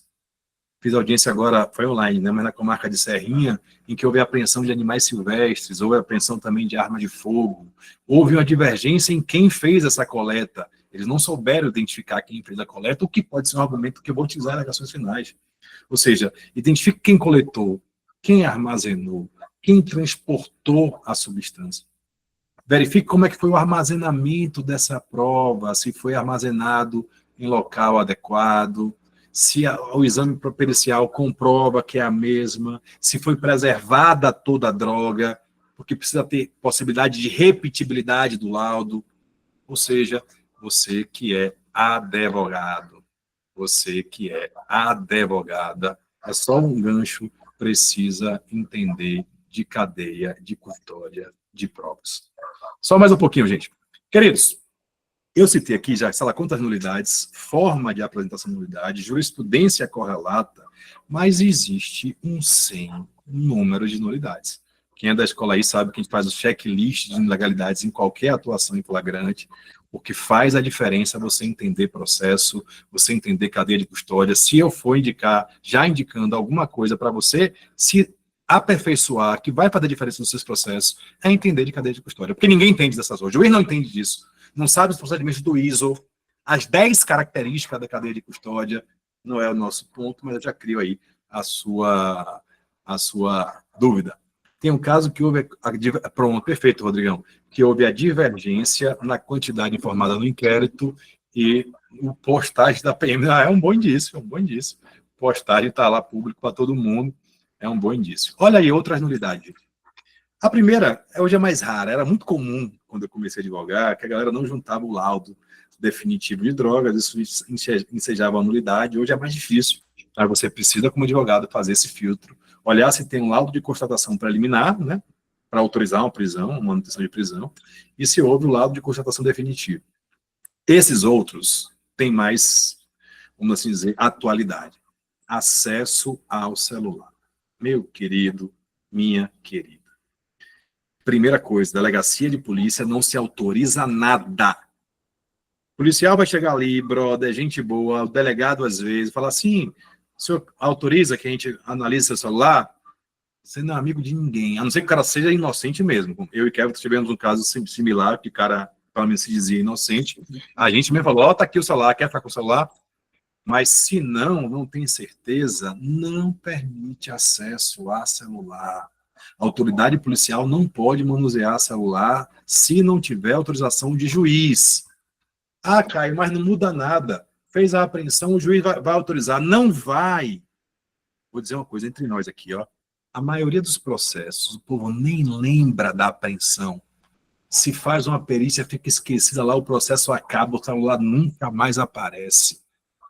Então não é você, não sei se já aconteceu com vocês isso. Apreender o celular do cara, nunca apareceu uma perícia no processo. Não sou eu que vou pedir se o cara está errado. Não sou eu que vou antecipar. Então, primeira coisa, não autoriza acesso. Não é não. E não sem culpa, como dizem os gurus por aí. Não, por quê? Porque não, doutor. O juiz, se quiser, ele determina. Pronto. Outra coisa, um processo que possivelmente anule que eu estou atuando. A gente conseguiu comprovar que enquanto o celular estava na delegacia, houve a entrada no WhatsApp. Fica registrado, gente. Isso é mais uma nulidade de privacidade. Terceiro ponto, a colega citou mais cedo, acho que foi a Adriele. Estou colocando aqui outras nulidades, tá? Atuação da PM. Gente, é meio complicado a atuação da PM. Eu estou aqui sentando sarrafo em policial militar, mas ser policial militar deve ser muito complicado, porque aquela polícia ali, né, do ostensiva, enfim, que às vezes quer investigar, e acaba não sendo nunca de bico. Não pode prender em flagrante se não tiver fundada a suspeita, e não pode identificar para verificar se é fundada a suspeita. Então, faça perguntas para verificar se a autoridade policial, de fato, investigou, porque não é papel da autoridade policial fazer investigações. O processo, como eu estou antecipando, não vou falar não, deixa para lá. Vocês vão analisar o processo. Quarto, mais ou menos o que Kelvin falou, vou mandar também essa decisão de um processo que eu tive. Necessidade de individualização é mais uma nulidade muito comum, gente. Quantas vezes o indivíduo adentra no domicílio e faz uma apreensão de uma certa quantidade de droga, só que ele não individualiza de quem é cada droga. Isso acontece muito em veículo automotor, né? Vários processos de advogados nesse sentido. O sujeito está no veículo automotor, tem 3, 4 pessoas no veículo automotor, a abordagem, ninguém assume a droga de todo mundo. É assim, ou é de um, ou é de todo mundo. Na prática, isso pode valer para uma delegacia de polícia. Em um processo, se não há individualização, há absolvição. Peguei um caso recente, estou contando só vitórias, mas a gente perde também, gente. Peguei um caso recente, justamente isso, 3 pessoas em um veículo automotor, nenhum dos 3 assumiu a posse da droga, não houve individualização, o processo foi trancado. Porque eu não posso presumir que é de todo mundo, então tem que haver, apreendeu em tal local, com 7 indivíduos, tanta droga. Não, fulano estava com o quê? Beltrano estava com o quê? Ciclano estava com o quê? Se é genérico, é passível de nulidade. Deixa eu olhar aqui as perguntas. Aqui na Bahia tem uma legislação da PM, da Polícia Civil, que está na cadeia de custódia. Exatamente, Welder. A própria legislação está obrigando a PM Bahia a fazer coleta de material plástico específico, a registrar. Isso, massa, show de bola. Percebam que existem regras. Os órgãos querem se proteger de nulidade, porque imagina o policial militar que faz a zorra de uma apreensão e tem seu trabalho todo jogado no lixo. Um inquérito policial mal conduzido que é todo anulado. Então, os órgãos tomam as precauções necessárias. Se as pessoas, na prática, não executam, ponto favorável à defesa. Massa, velho. Muito bom. Vamos lá. Estou conhecendo o professor agora, estou gostando muito da aula. Assim, Rony, não sei se você me conhece, quem me conhece sabe, meu apelido é Fenômeno, né? E eu acho pouco, eu sou muito mais do que um fenômeno, porque eu ainda sou gente boa. Gabriela, as fotos e vídeos, cadê? As fotos e vídeos que aparecem nas entrevistas, nos jornais, também pode servir. Gente, a defesa, tudo interessa à defesa. Qualquer elemento, até prova ilícita pode ser usado a favor da defesa. Então, tudo que a gente puder colocar uma duvidazinha, um ganchozinho, vale a pena. Na dúvida, alegue. Vamos lá. Nem sempre tem acesso ao celular, mesmo com a Active Técnica. Pô, gostei. Deve ser de dentro, deve saber. Está ajudando a gente, viu, Eda? Porque existe, né, um artefato, enfim, tem que ter autorização para quebrar a senha, uma confusão do nada. No ingresso da residência, a autorização através de filmagem precisa ser pelas câmeras da polícia. Assim, eu não sei como é que está hoje, se alguém da segurança pública pode me ajudar, mas me parece que não há mais a obrigatoriedade, né? Mas eu sei que policiais filmam, sim, e acho que dentro de um contexto, se não houver divulgação, não teria uma ilicitude, não. Quando tem a pressão de celular, faz bem olhar horário de último acesso ao WhatsApp e outras redes para comparar. Perfeito, Luana. Professor, e se menores reconhecem a posse de drogas e mesmo assim prendem todos?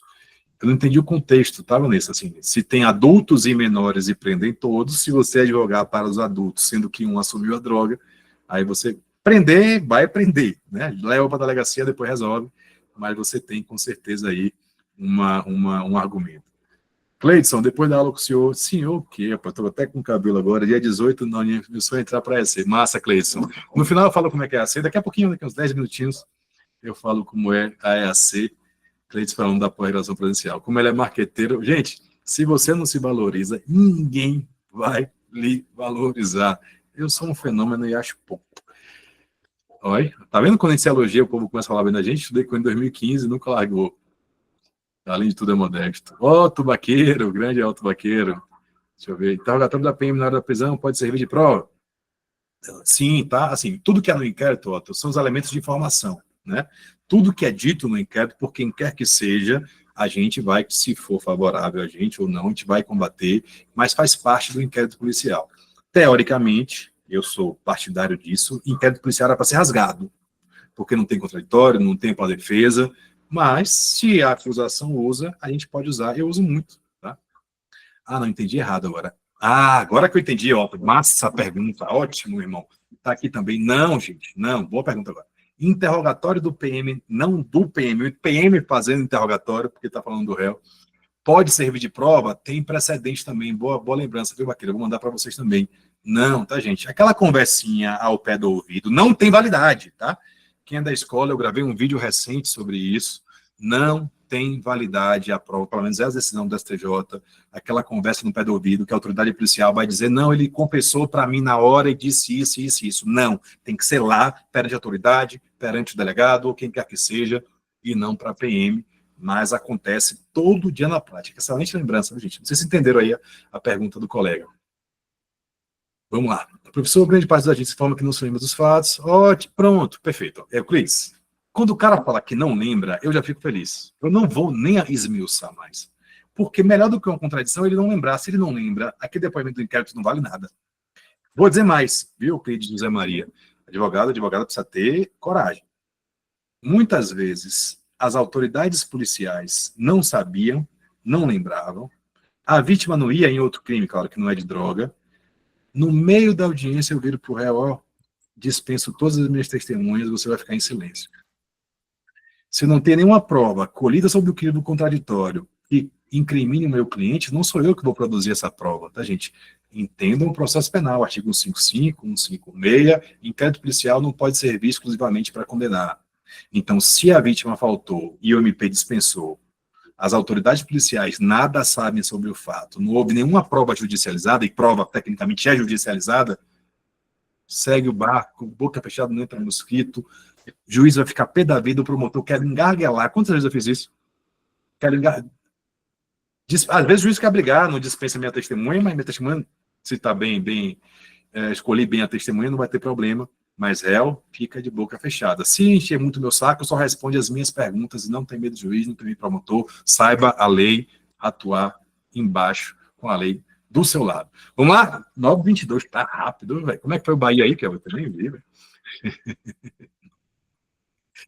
Queridos, outro ponto importante que eu estava conversando com vocês e queria fechar com esse ponto.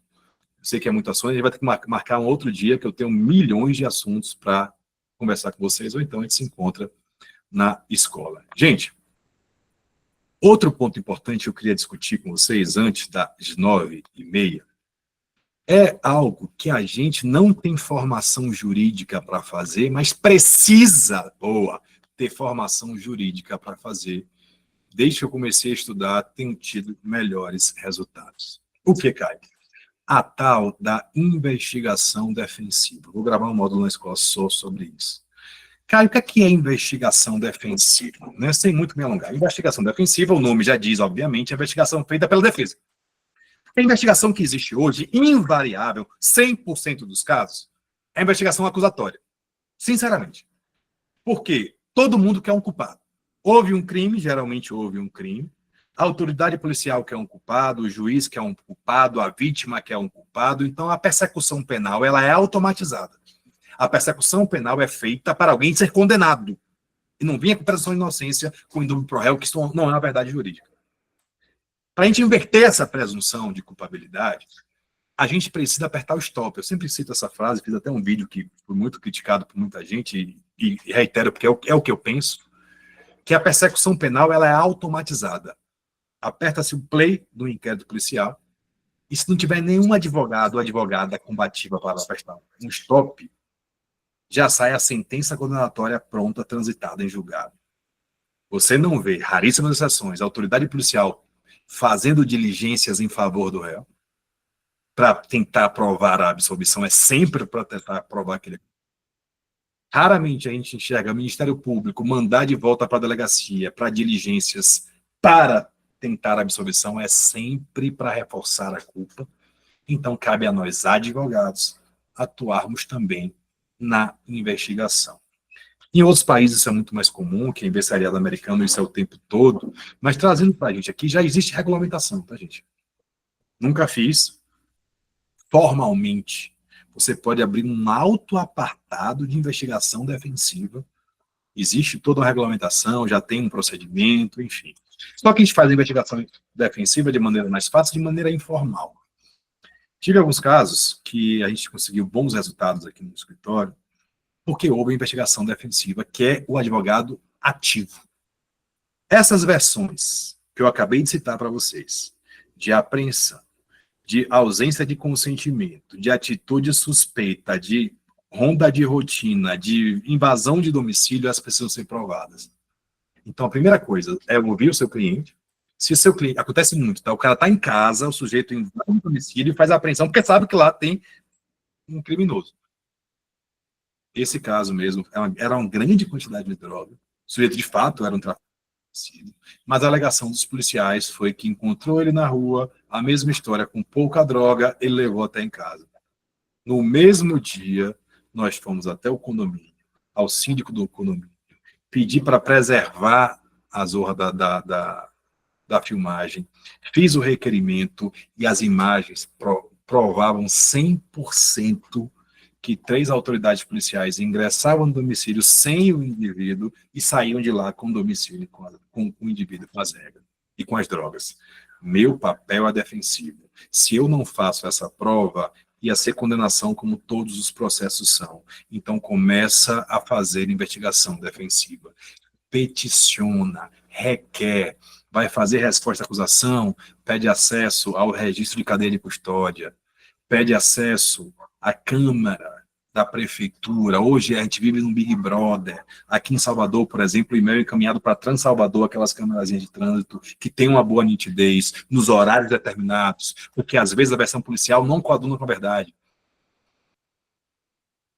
Pede a estabelecimentos privados também, faz você mesmo uma notificação e pede à autoridade judicial. Se negar, ótimo, tudo bem, você não foi impedido de produzir prova, isso pende ao favor da defesa. Quantas vezes a gente ouve que fulano de tal recebeu informação da central, pede para o juiz notificar e confirmar a veracidade dessa informação. Ah, mas tem sigilo, o problema não é meu, seu papel é pedir.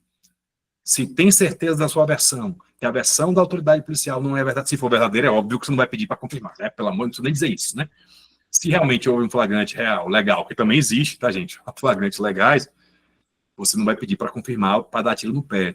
Mas pede GPS da viatura. Ah, não tem GPS. Não me importa se não tem GPS. Não me importa se não tem a zorra de uma câmera. Peça. Porque quando fizer alegações finais, você vai dizer que pediu e não teve acesso. Você vai ancorar que foi impossibilidade de provar um fato negativo. Isso que faz a diferença na advocacia. Você precisa ser técnico. Você precisa ser combativo. Vocês fazem esses pedidos, esses requerimentos? Pede, a gente fez agora, não sei se Iago está por aí, incidente de produção antecipada de prova. Viu, Delbiro, com seu parente.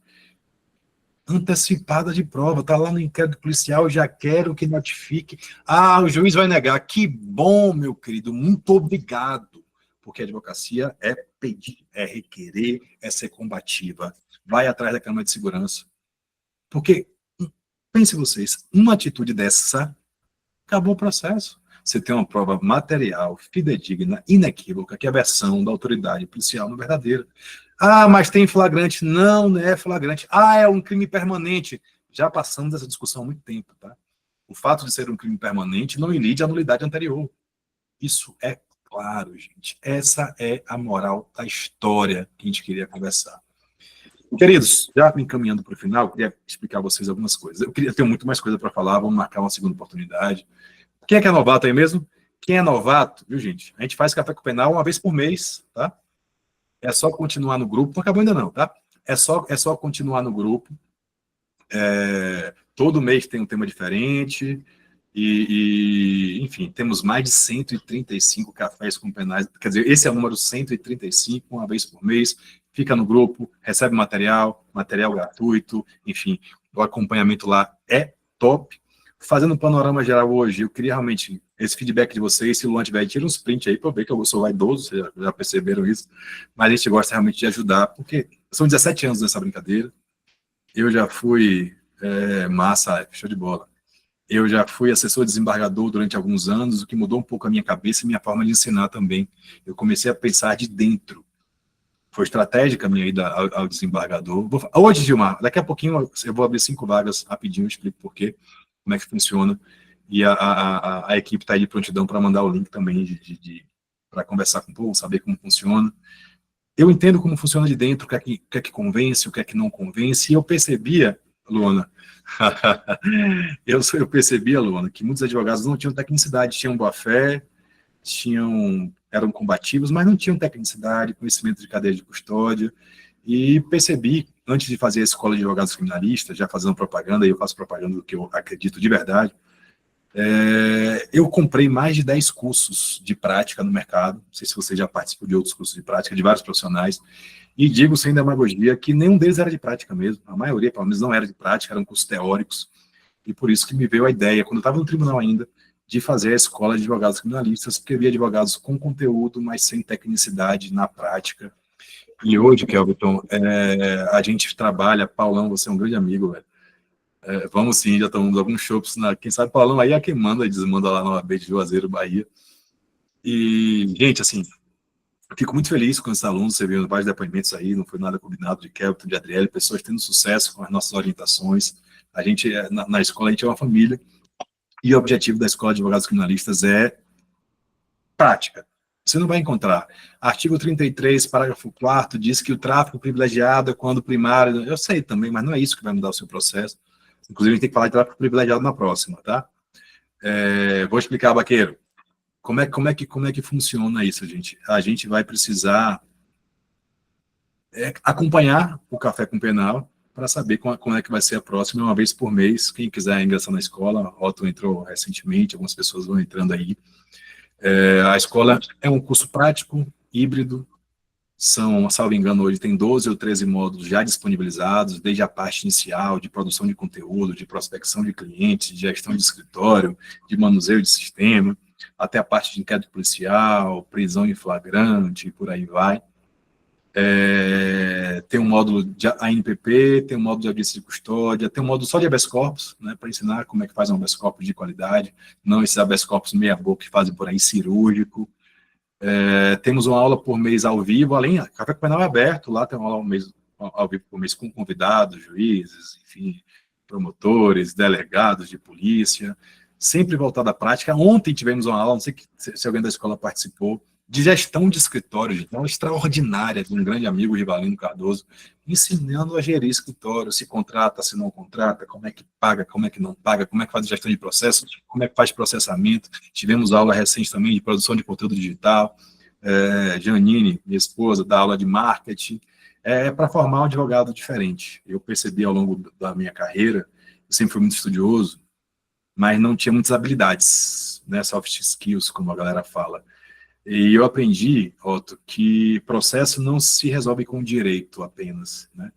Processo se resolve entendendo de pessoas, entendendo de ser humano, entendendo de vicissitudes, entendendo de vaidades. Então não basta perceber que há uma denúncia anônima, você precisa saber a forma de perguntar para aquela autoridade corroborar com aquilo que você quer. Você tem que ter uma estratégia de pergunta para que o que ele responde, ele acha que está colaborando com a tese dele, quando está colaborando com a tese sua. A gente tem, por exemplo, lá um módulo chamado Expert em Audiência Criminal, são 10 horas só de audiência. Muito bacana mesmo. Enfim, temos um grupo no Telegram, não sei se é esse que você está, Otto, que a galera tira as dúvidas, enfim, hoje mesmo, deixa eu até abrir aqui como é que foi a resenha hoje aqui no grupo. Hoje a escola tem 300 e alguns alunos já, e nós temos aqui no grupo 235. Aí o colega perguntou de ato infracional, como é que tem acesso, contagem de prazo, parece que mudou. Ítalo mandou aqui que mudou a contagem de prazo, agora não vai ser mais pelo PJE. A Adriele também falou aqui, enfim. Depois, quem não tiver... não é WhatsApp não, ó. Nós temos o grupo no Telegram, mande para mim uma mensagem no WhatsApp. Tem um grupo no Telegram exclusivo para membros da escola, que é onde eu mando autorização jurisprudencial, mando tudo, enfim. E quem tiver interesse para entrar, né, assim, a comunidade, o que é a comunidade? Eu entro todos os dias no grupo para a gente dialogar sobre os nossos processos. Não é uma mentoria individual, é uma mentoria em grupo. Um tira a dúvida do outro, tem um mais experiente. Ontem tivemos a Lei, que já tem mais de 10 anos de experiência, a galera que está se formando agora. Quem tiver interesse em entrar para a escola, hoje eu não sei quando é que vai surgir uma nova turma formal. A gente, no Café com Penal, vem abrindo algumas vagas, né, limitadas de verdade, para quem tiver interesse. O acesso é durante um ano. Luana, não sei se eu tenho aí as informações de valores, enfim, se mantém. Aí vocês falam com a assessoria. Durante um ano, o acesso pode assistir as aulas quantas vezes quiser, todas as aulas que já existiram ao vivo estão disponibilizadas, Café com Penal, novo formato, está tudo lá, e parece que a mensal está 100 e alguma coisa, é realmente uma oportunidade. Com a audiência de custodiação, você consegue pagar o curso, e enfim, fazer parte da nossa família, ser feliz com a gente, porque a gente se cuida. Diga, minha amiga. Desculpa por estar te incomodando, você estava concluindo sua fala. Qual a diferença entre a escola para criminalistas e o curso prático? Porque, se eu não me engano, são 2, correto?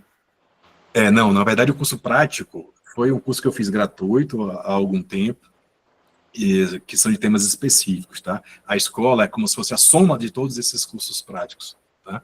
Esses cursos práticos são temas enviesados, a escola você tem acesso a todos esses temas e tem acesso ao meu telefone pessoal, enfim, eu faço parceria com vários alunos, inclusive, a gente ganha dinheiro junto, e estou muito feliz mesmo. E quem quiser entrar na escola, não sei se Luana tem um link aí para entrar em contato com a galera, você que divide em 12 vezes no cartão, enfim. Só mais uma dúvida.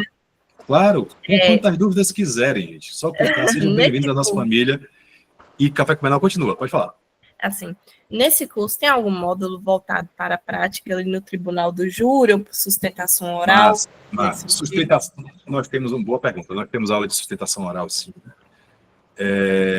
Tribunal do júri, nós vamos fazer uma aula ao vivo. Eu já convidei, não sei se você, de onde você é, Isadora? Qual é o estado que você atua? Eu sou da Bahia. Então pronto. Já convidei meu amigo Maurício Saporito, não sei se você conhece, que é defensor público do estado da Bahia, já fez mais de 200 milhões de júris, para fazer uma aula, ou mais de uma aula, falei com o Evangelho também ao vivo, porque alguns temas muito específicos, sensíveis, é melhor que a gente faça. Fica gravado também, tá?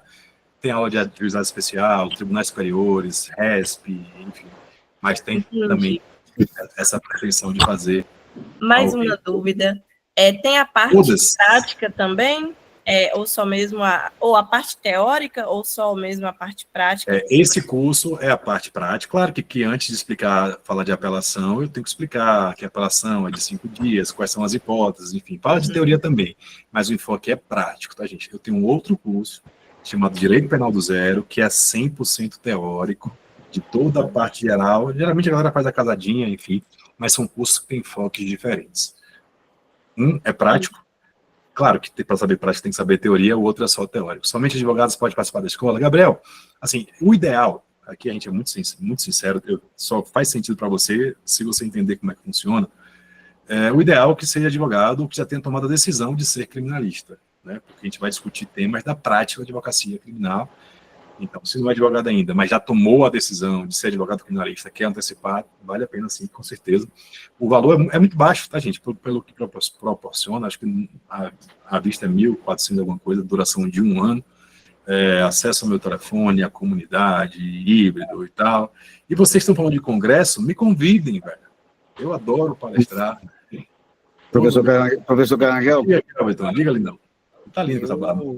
Obrigado. Eu não sei se eu posso, né? Falar um pouco da escola, não como seu amigo, mas sim como aluno. Contar um pouquinho sobre minha história aqui para as pessoas que estão aqui nesse fórum.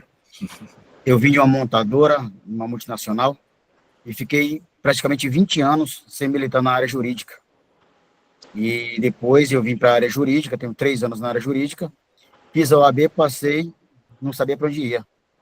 E aí conheci o professor Caio Rangel, fiz a escola, e eu digo para vocês hoje, gente, tudo que eu sei de flagrante até sustentação oral no Tribunal de Justiça, inclusive eu logrei êxito essa semana, quando eu estava professor habeas corpus, tudo aprendi na escola. É o beabá. Ensina muito, muito, muito. Agora, claro que você também precisa, o Caio dá a vara, a linha, o anzol, e a isca. Você tem que pescar. Mas o curso em si é espetacular. Muito, muito, muito bom. Que eu choro, né, velho? Pois é, tá vendo, né? Eu tô aqui me segurando. Não, mas isso é uma dívida de gratidão que eu tenho com você. Eu digo sempre que as pessoas falam assim, você vai gastar aí, não sei, 1.000, 2.000, 3.000 reais. É investimento. Uma única audiência de custódia, quando eu me tornei expert em audiência de custódia, vocês mesmos sabem disso, em uma só eu já paguei, ele deu até a camisa do Bahia de presente. Que sirva de exemplo para os outros. Se quiserem me dar as coisas do Bahia de presente, eu aceito também. Gente, é sobre isso. Quem quiser perguntar, tá aberto aqui. Aqui não tem... Pode falar quem quiser, tá, gente? Liga, Giovana. Caio, mais Obrigado, uma vez. Patrícia. Caio, então, eu sou estudante, né? Estou no 7º período. Uhum. E já tenho uma vocação enorme para essa área, gosto muito, mas atualmente eu não atuo na área criminal porque ainda não tive a oportunidade. Eu atuo na área previdenciarista, trabalhista. Porém, cada vez que eu assisto mais essas aulas eu estou gostando mais ainda. Então, eu queria saber de você. Para mim, você acha que seria interessante, mesmo estando no 7º período? Vamos lá. Mais uma vez, eu sou 100% sincero. Tá? Me perdoe se a resposta não é a que você espera. A decisão tem que ser sua, Giovana. Assim, depende do seu projeto atual, se comporta a escola. Assim, porque a escola tem um acesso durante um ano, você tem que fazer o AB, enfim, pela frente, o senhor até desligou o microfone. Então, se você acha que consegue casar dentro dos seus compromissos, quanto antes, claro, você for para a prática, entender como funciona. Ambiência é muito importante na vida, a gente tem uma ambiência na comunidade, cada um conta, você viu o Kevin contando uma coisa, não sei quem contando outra coisa, a ambiência é muito importante. Quando a gente anda com gente boa, a gente se torna bom também. Isso não é papo de coaching, isso é verdade. Mas, se for atrapalhar seus processos, seus projetos, talvez seja interessante focar ou na OAB agora, ou em teoria, ou fazer os dois também, mas a decisão que você tem que pensar com calma, é um grande curso. Diga, Thales, você tá aí? Eu não lhe vi não, velho? Opa, Caio, tudo bom? Boa noite. Boa. Tô seguindo o seu conselho, tô aguardando passar na OAB para poder começar o curso também. Se Deus quiser aí, quem sabe mês que vem já tem passado aí na segunda fase, aí, aguardando. Deus abençoe, viu, Thales? Deus abençoe. Eu tô até querendo voltar para ela para OAB. Que bom, irmão. Obrigado aí pelo carinho, velho. Bem-vindo. Conheci, na verdade, os pais de Thales recentemente, não tinha conversado com ele ainda. Bem-vindo, meu irmão. Tamo junto. Tem módulo de prospecção? Tem, viu, gente? Tem sim. Tem aulas, inclusive, sobre isso também. A gente fala de posicionamento de conteúdo, sobre o uso de marketing digital, enfim. O diferencial da escola, Márcia, é justamente esse, são esses módulos introdutórios, né? Antes de chegar, porque não adianta nada saber HC se você não tem nenhum cliente. Então, com certeza, tem sim. Mas tem dúvida? Pode falar. Doutor Caio, Diga, Paulo. consegue me ouvir? Boa noite. Sim, perfeito. Doutor Caio, o senhor estava falando agora há pouco aqui sobre a cadeia de custódia, Certo. e tocou num assunto sobre o laudo de constatação preliminar de droga, e aí eu me lembrei do artigo 50, né, da Lei 11.343 de 2006, uma coisa interessante, que lá fala que, né, precisa da quantidade da droga e de um perito oficial. E eu tive um caso recentemente que eu peguei, interessante, que o mesmo delegado da APF que fez a APF foi o mesmo que assinou, né, presumindo pessoa idônea ou a constatação da droga. Isso não fica contraditório e evidente assim que uma quebra da cadeia de custódia, tendo em vista que ele não pode presidir o mesmo inquérito e ser perito ao mesmo tempo? Eu confesso que nunca percebi nada desse tipo, não, mas é um argumento bem sólido, né? Porque, assim, se ele está presidindo o inquérito, ele está prezando pela legalidade do procedimento dele, então ele não é imparcial para dizer se realmente a perícia é ou não correta. Eu acho que é um bom argumento, viu? Mas nunca vi nada desse tipo, não. Boa pergunta, vou dar uma pesquisada sobre isso. Se alguém já teve alguma experiência nesse sentido, também me conte. Para mim não faz sentido, eu concordo com você. Exatamente.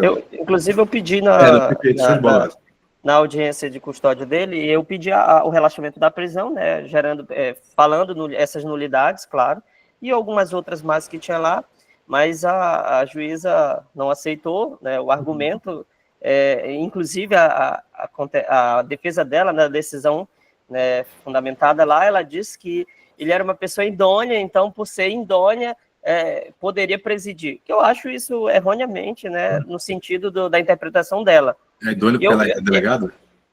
Exatamente. Doutor, essa é a minha dúvida. Mas continua lutando aí, velho. Às vezes até em revisão criminal a gente consegue decretar uma nulidade, tá?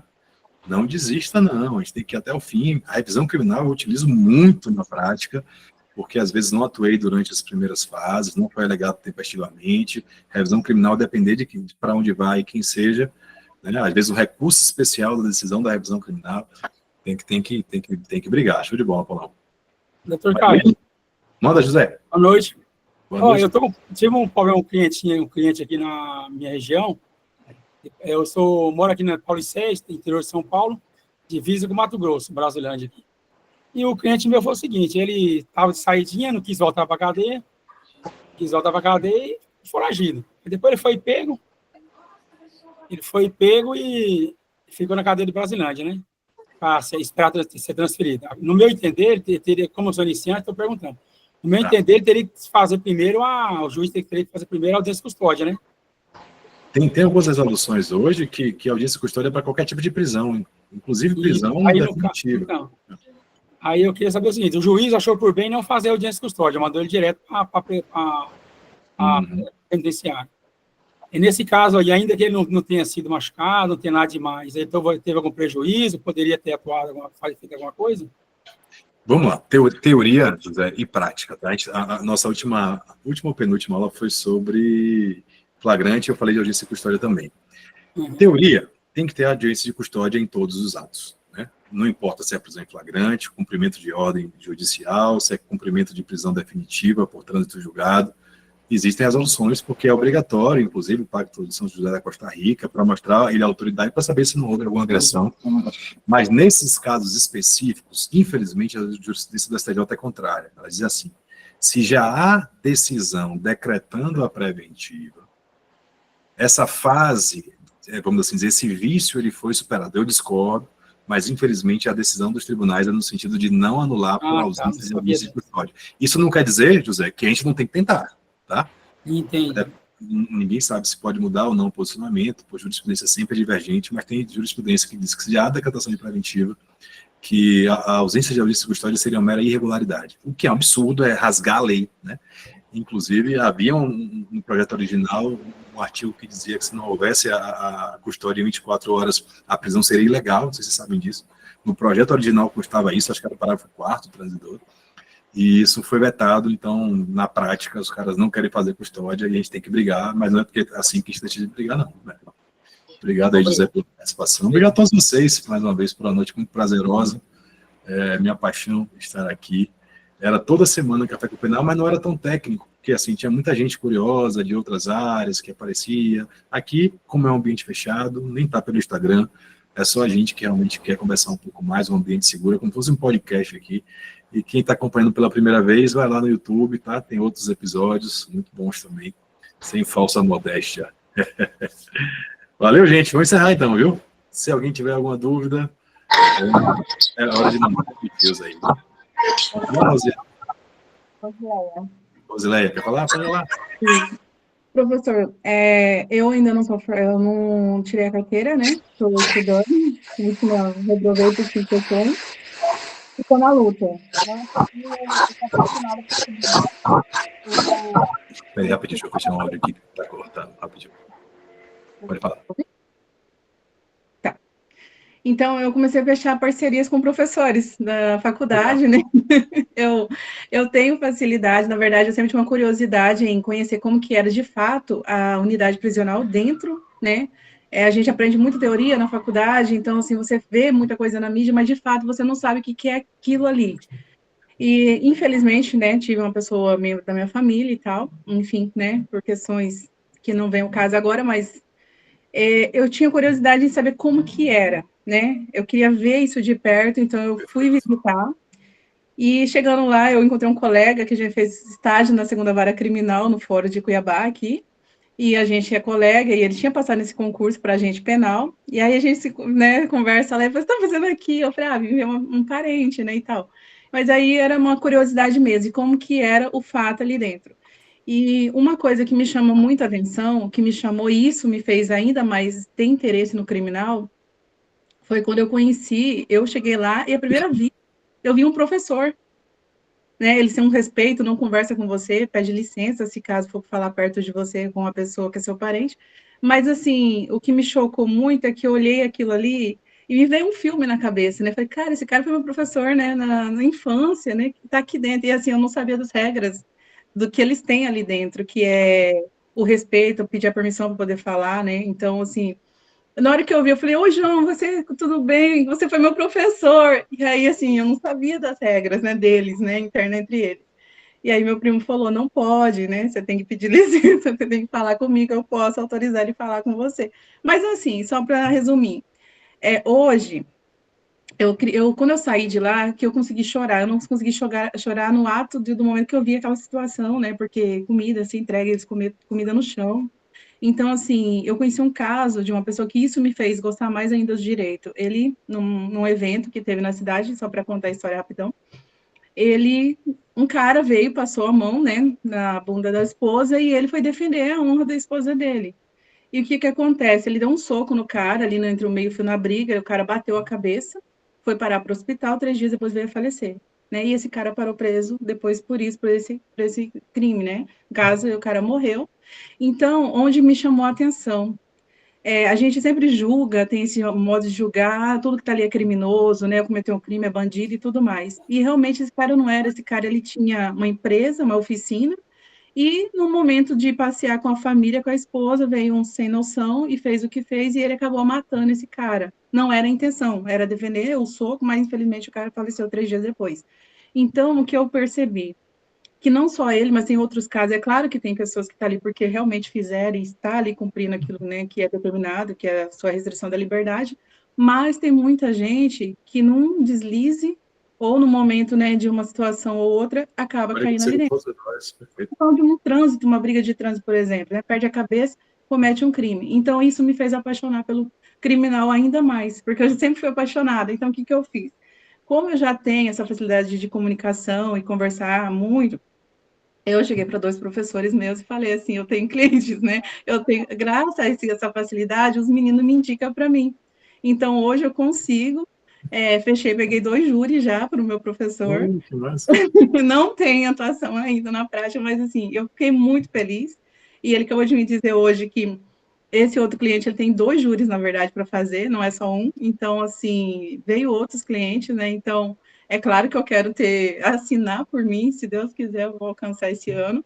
Mas, assim, eu sempre acompanho os vídeos do senhor no Instagram e isso me fortalece, isso me dá muita alegria, sabe, de ver o depoimento do moço que falou agora há pouco, o senhor foi todo o incentivo dele desde o início e é um exemplo, né, de vida. Eu acho que, assim, a gente só tem a agregar no nosso conhecimento como ser humano, como pessoa e como profissional. E eu só quero agradecer ao senhor por isso. Obrigado, Rose, pelo desabafo. Essa dificilmente com a sua familiar. A gente melhor faz a parte né, porque eu sou moço e você é o senhor, ó. Ganhei a noite. É só porque eu estou de terno, viu, doutor Kelvin? Ô, gente, maravilha. Obrigado, viu, Rose? Deus abençoe. Conte com a gente, estamos sempre aqui. E vamos juntos, gente. É uma mão ajudando a outra. A advocacia tem que ser corporativa, infelizmente não é.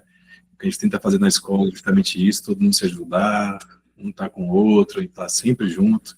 Porque, assim, a diversidade, a arbitrariedade, a gente vai encontrar ao longo da vida, com qualquer tipo de autoridade, em qualquer lugar, mas quando você tem uma equipe por trás que ajuda você se sente mais seguro, pessoas que já passaram por aquilo também, assim, eu acho que na prática isso faz bastante diferença mesmo, viu? Queridos, vou encerrando, quem tiver alguma dúvida pode mandar para mim no particular, dado a adiantada hora, eu tenho prazos para hoje ainda, dei uma paradinha aqui para conversar com vocês, e agradecer de verdade, um beijo grande a todos, fiquem com Deus e não saiam do grupo, porque todas as informações eu vou mandar lá, a jurisprudência que eu prometi, o slide, e vou marcar também os próximos cafés no penal. Quem puder entrar na escola, não sei se as vagas foram preenchidas, será muito bem-vindo, muito bem acolhido por nós e a nossa família. Beijo, fiquem com Deus, uma ótima noite.